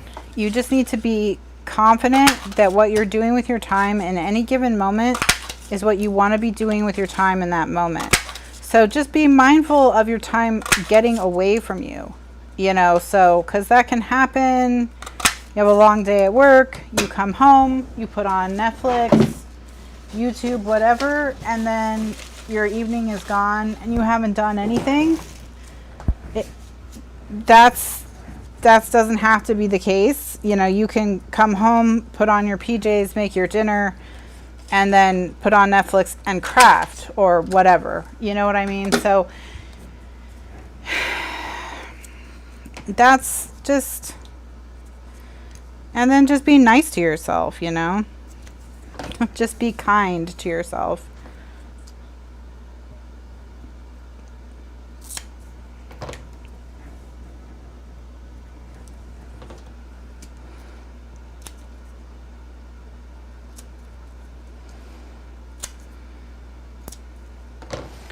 And as long as you're doing, mindfully doing what you want to be doing and you're having a good time, then there's no reason to stress about what you're not doing or what you're not getting done or what projects aren't getting completed.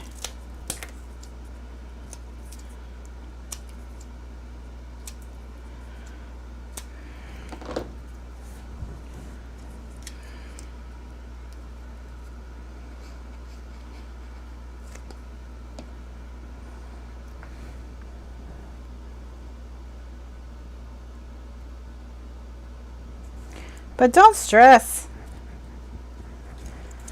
Crafting is not something that should ever cause you stress.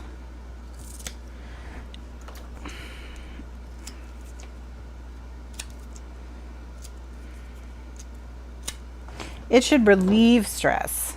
It should relieve stress. That's how I see it.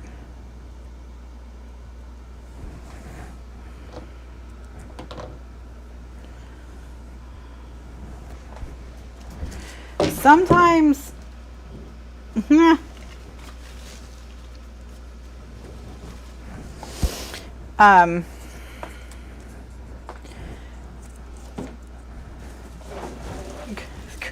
Gretchen's saying, sometimes I don't know what happens when a show is over. I mean, that's true. What's really funny is there was a period where a friend of mine wanted me to watch Vampire Diaries or catch up with Vampire Diaries. And I was like, all right, I'll give it a try. And so I was listening to it while I was crafting, but like Vampire Diaries is a really bad radio play in that it's mostly a bunch of people just screaming because they get bitten by vampires. So I would often be in my little crafting zone and someone would be screaming and I'm like, oh gosh, I have no idea who is screaming or why. Now I'm going to have to back it up and figure out why they're screaming. It was a very, there are some shows that work better, you know, than other shows.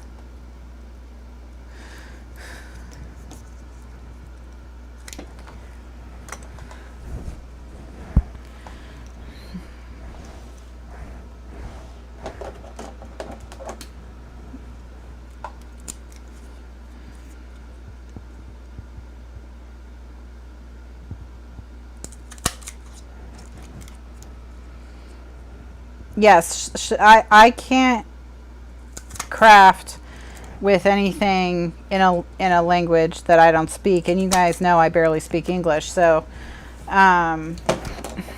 because yeah, you can't constantly you constantly have to look up and pay attention.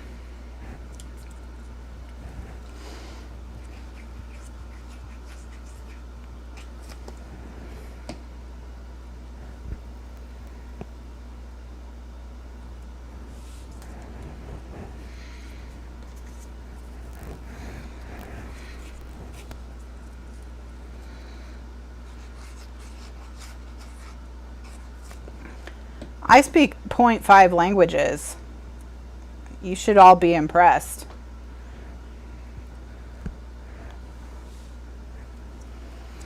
But the 0.5 language I speak is a really hard one. English is a tough one. So it's okay.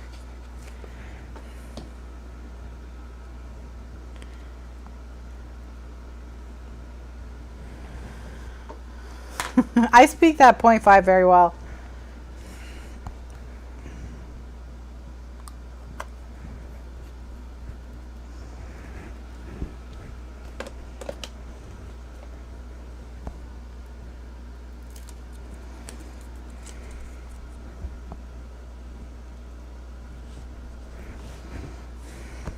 And sometimes you just want to watch an hour-long documentary or an hour-long video essay on YouTube entitled "Why Is Cats?"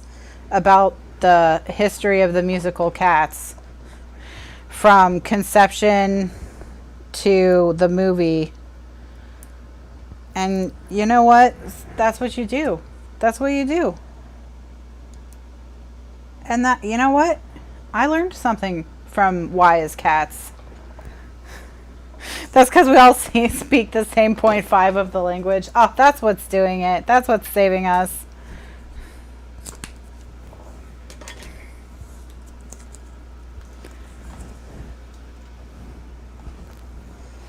All right, so now we're almost there. Now we just need to put... Did I learn why Cats is so bad but so many people love it? I did. I learned that media that is terrible from a narrative perspective, like that would never work as a book or a movie, can work great for a musical because you can focus on spectacle with a musical in a way that you can't, you know, because it doesn't have to have the same grounding in reality that a book or a movie does. And so Cats works because the songs are catchy, they're easy to sing, they get stuck in your head, and there's some real showstoppers. Like their lyrics are stupid, but I mean they're based on T.S. Eliot poets and poems, and I've read The Wasteland, so now I understand why Cats is incomprehensible garbage, because T.S. Eliot wrote it. By the way, everyone in the UK is like, Cats only has one good song. Cats has one big like power ballad.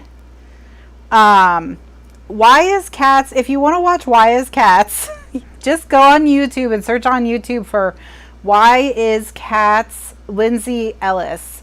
She works for PBS.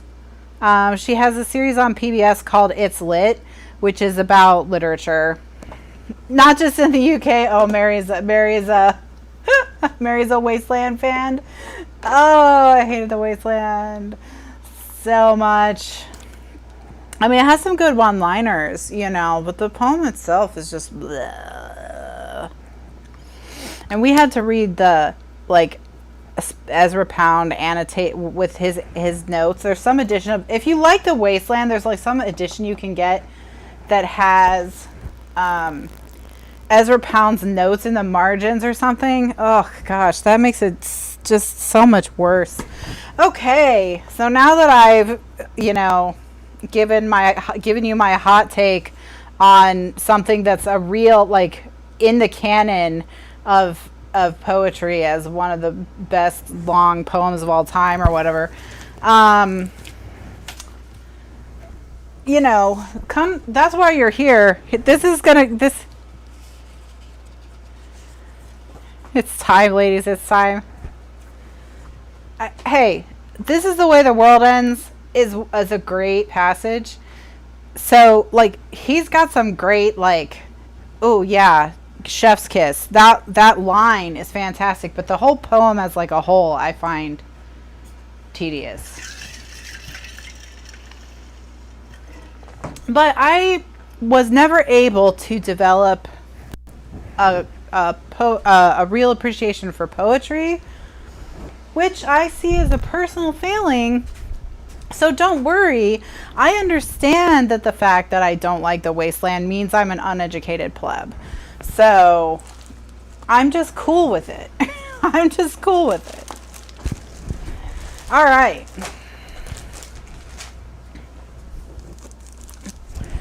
So now what I'm going to do is, what's her name? It's about the Broadway show. Lindsay Ellis is her name. It's entitled Why is Cats?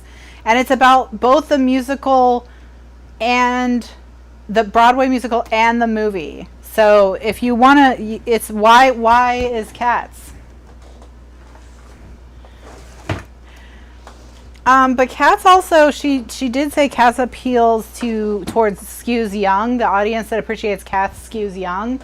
So, you know, maybe it's just about something to take your younger kids to develop in them an appreciation of the theater, you know, and they like seeing the costumes and they like seeing the cats.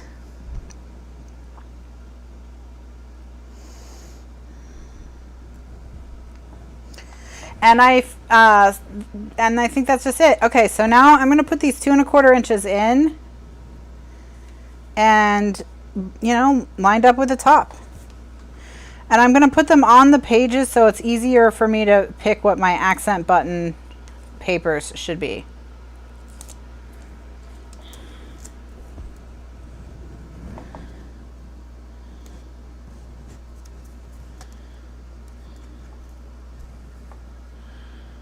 Now I have memory stuck in my head, just from thinking about cats. If you'll watch anything with Idris Elba, even though it's ridiculous, you should watch Hobbs and Shaw.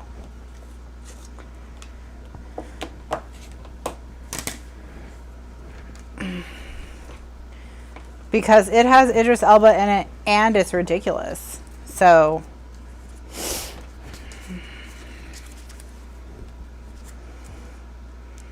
it's got them both for you. And also Turn Up Charlie on Netflix.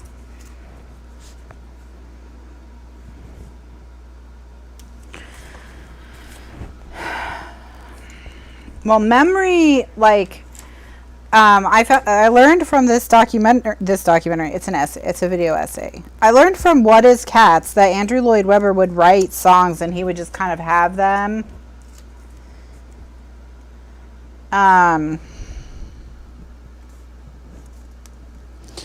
And he would then just be looking for something to put them in. And so memory was like that. Like he already had memory written and he added it to cats because he needed like the big showstopper number. How would I make this to look like diaper pins?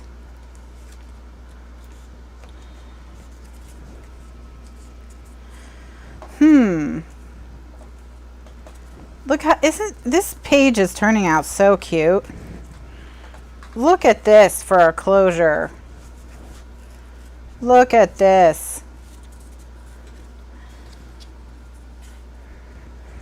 All right, so I probably could have used another 8 inches or so of string. So I would just do 3 feet of string on yours. But, oh my gosh, for a baby album, I think you could probably make this look like a diaper pin by just adding, you know, a piece to this one that looks like the head of the pin and just leave the rest of it the same. Because if this looked like the head of a diaper pin, you'd have to just draw it. Because then this would be the pin, you know, the sides of the pin, and this could be the smaller end. So you would just need to make one end bigger and look like a diaper pin, like the head of a diaper. You know, that kind of curved shape. This shape, I would draw a U. Something like that, because that's kind of the shape. It's more of a U, and then it's got that little flip out hook. If you would just put that on one side, I think you would get, it would look enough like a diaper pin that you could use this in a baby album for sure. It's worth all the work. Okay. We just, like I said, we needed a way to hold down our waterfall. So that's what this is going to do. We have to put it down first. Yeah. And just do the string gray if you can. So, all right, so 2 1/4 inches in from the side is what I'm gonna do on all of them.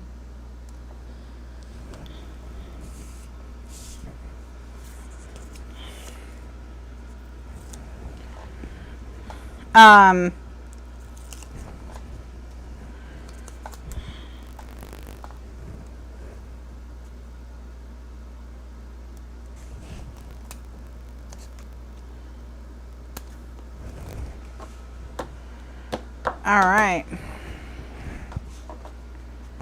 Yeah, I think this would be really cute too, Donna, for a baby album. I think so too. I think you're onto something with the diaper pin idea.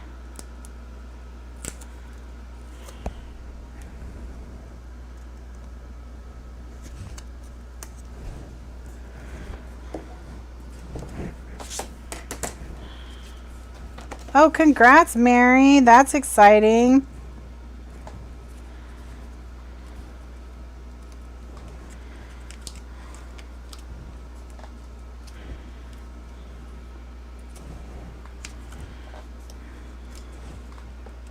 And I'm folding it up because, you know, if it's raised a little on the edges, it's easier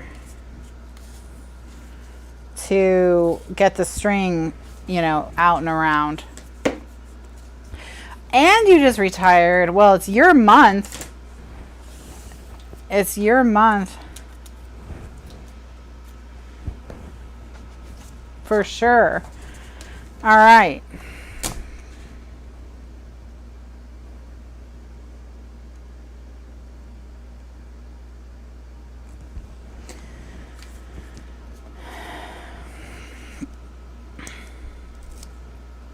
So then once I get these on,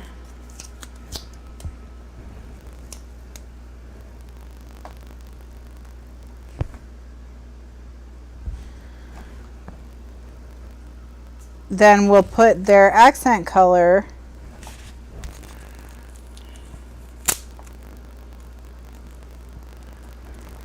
and then that'll be it for this afternoon. So we're just gonna go through, and that'll be with the 1 1/4 inch punch. But I mean, how cute! How cute are these? So see, this is good because we're stretching because we are doing a little bit less with only doing like 3 pages in these last books. That enabled us to spend a little bit more time on stuff like pockets and then these. Of course, you could use these in the other one as well. You would just need to make them longer.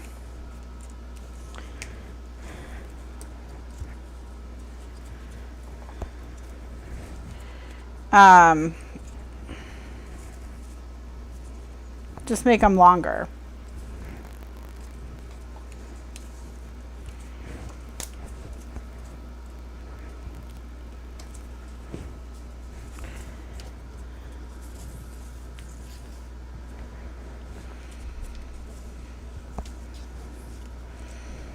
All right, so we've got those 3 done.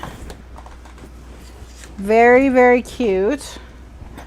So now it's just about picking some papers for their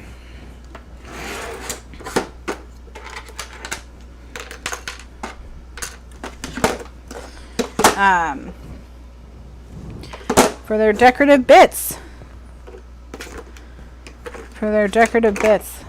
Okay. So with this one, I'm thinking something green is maybe the way to go, because we have a lot of gold and we have a lot of red, so either blue or green, and we have slightly more blue, I think. So I'm going to go with green. And I'm going to punch this in such a way that it looks like a button, where I capture these 4 holes.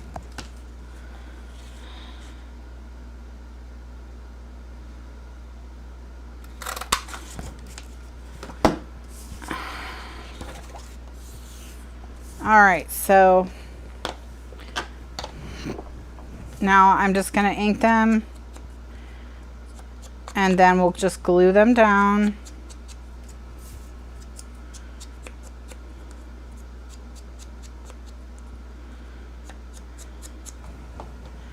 I know, these are so fun. I'm glad we took the time to make fun belts.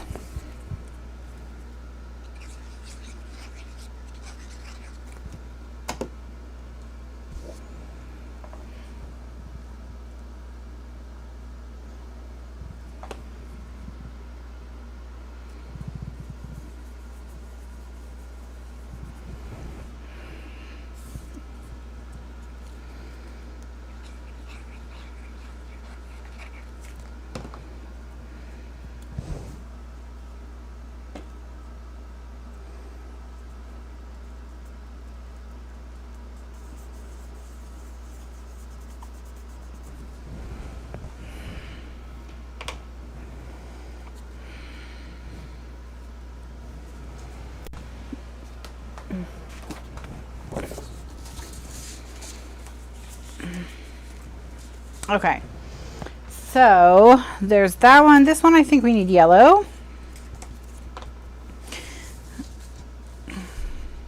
So let's get maybe the stars. The stars.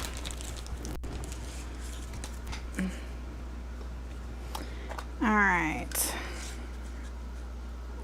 Oh, that piece is too tiny. That's all right.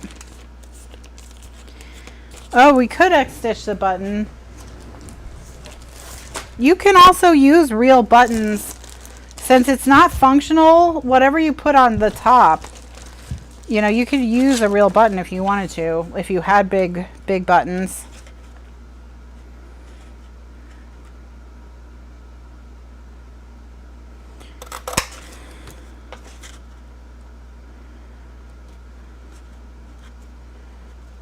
The stars, the stars.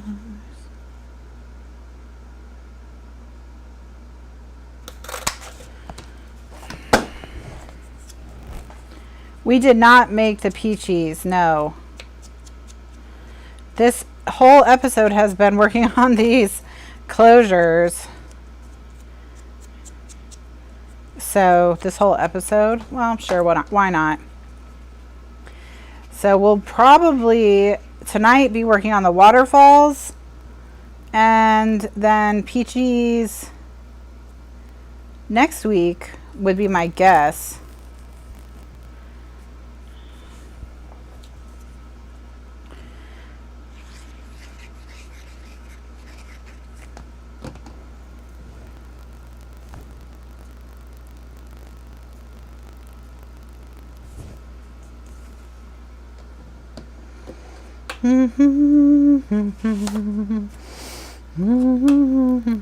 Okay, so with this one, I think I want to go with blue. Something blue, but not that.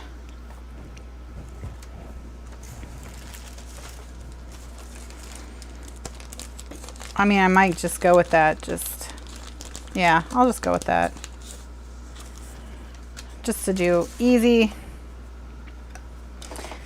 Easy.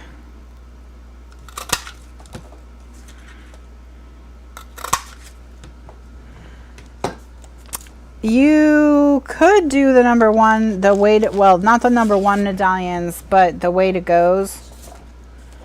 Let's see how easy they'd be to get. Oh, they're actually the right size. Why not? All right.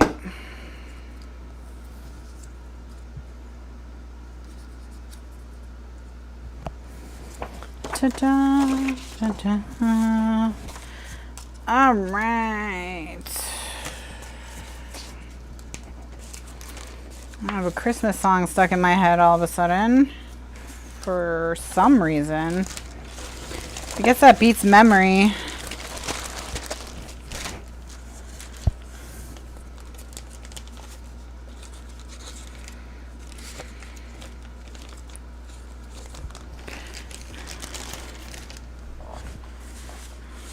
All right. Cute, cute, cute.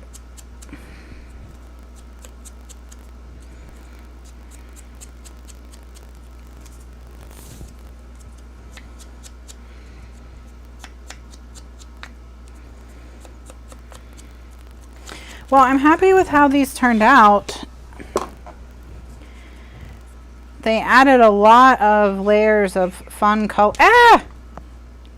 It escaped. It tried to escape. A lot of layers of fun colors to the page.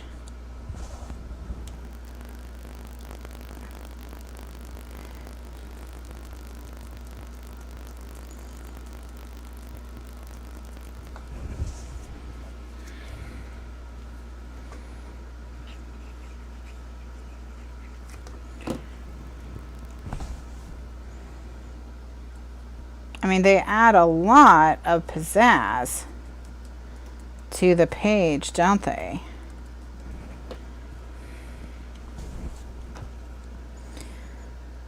Well, these will probably show up in a future book. I can predict we'll probably see these again. All right. So we've got all three of our pages done now with the closures. And again, these closures had to be on before... They had to be on before we added the waterfalls, so that's why they're done. But, I mean, what they're going to do is they're going to hold the waterfalls closed, so we will put the waterfall here, and then this will hold them shut.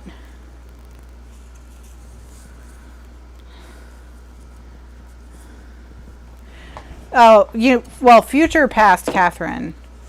You know how like they had that X-Men movie, Days of Future Past? That's basically, we always have to worry about Kathryn of Future Past. Now, and see how thick these are already? I may not do a ½ inch. We may have to do an inch after all. Because look, this is an envelope. Look, they're pretty, look how they're pretty thick here on the end already. They're going to have... stuff under them, so we may have to revisit having a ½ inch gutter in the spine. We may end up doing an inch in both books after all. So again, this is why you do the spine last when you can, because sometimes what you think you're going to do for the spine is not going to work with your book and how much you want to decorate your book. So that's always something to keep in mind. That's why I do recommend you do the spine dead last whenever you can, because you know, I had prepped 1/2-inch spine pieces, but I think we're going to need an inch when all is said and done. I won't be surprised. Well, let's just say I won't be surprised if we need an inch when all is said and done. And I don't know why I printed more paper, because to be frank, I don't think we're going to need it, but who knows? Who knows? We'll see. All right, I think that's going to be it for this afternoon. I'll be back at 9 p.m. Eastern USA time. And we will do the pockets. We will do the pockets. That's what we'll be doing tonight. So I'll be back at 9 p.m. Eastern USA time, which is in 4.5 hours from now. We're going to do the waterfall pockets that go on these pages in these books. And yeah, hopefully we'll get them all done. If not, you know, whatever, we'll work on them the following week. So thanks so much for joining me. Check the video description for links to where you can watch the archives, to the Facebook group where you can post your projects and see other people post theirs, and the book club and all that jazz. So thanks so much for watching. I'll catch you guys later. Bye now.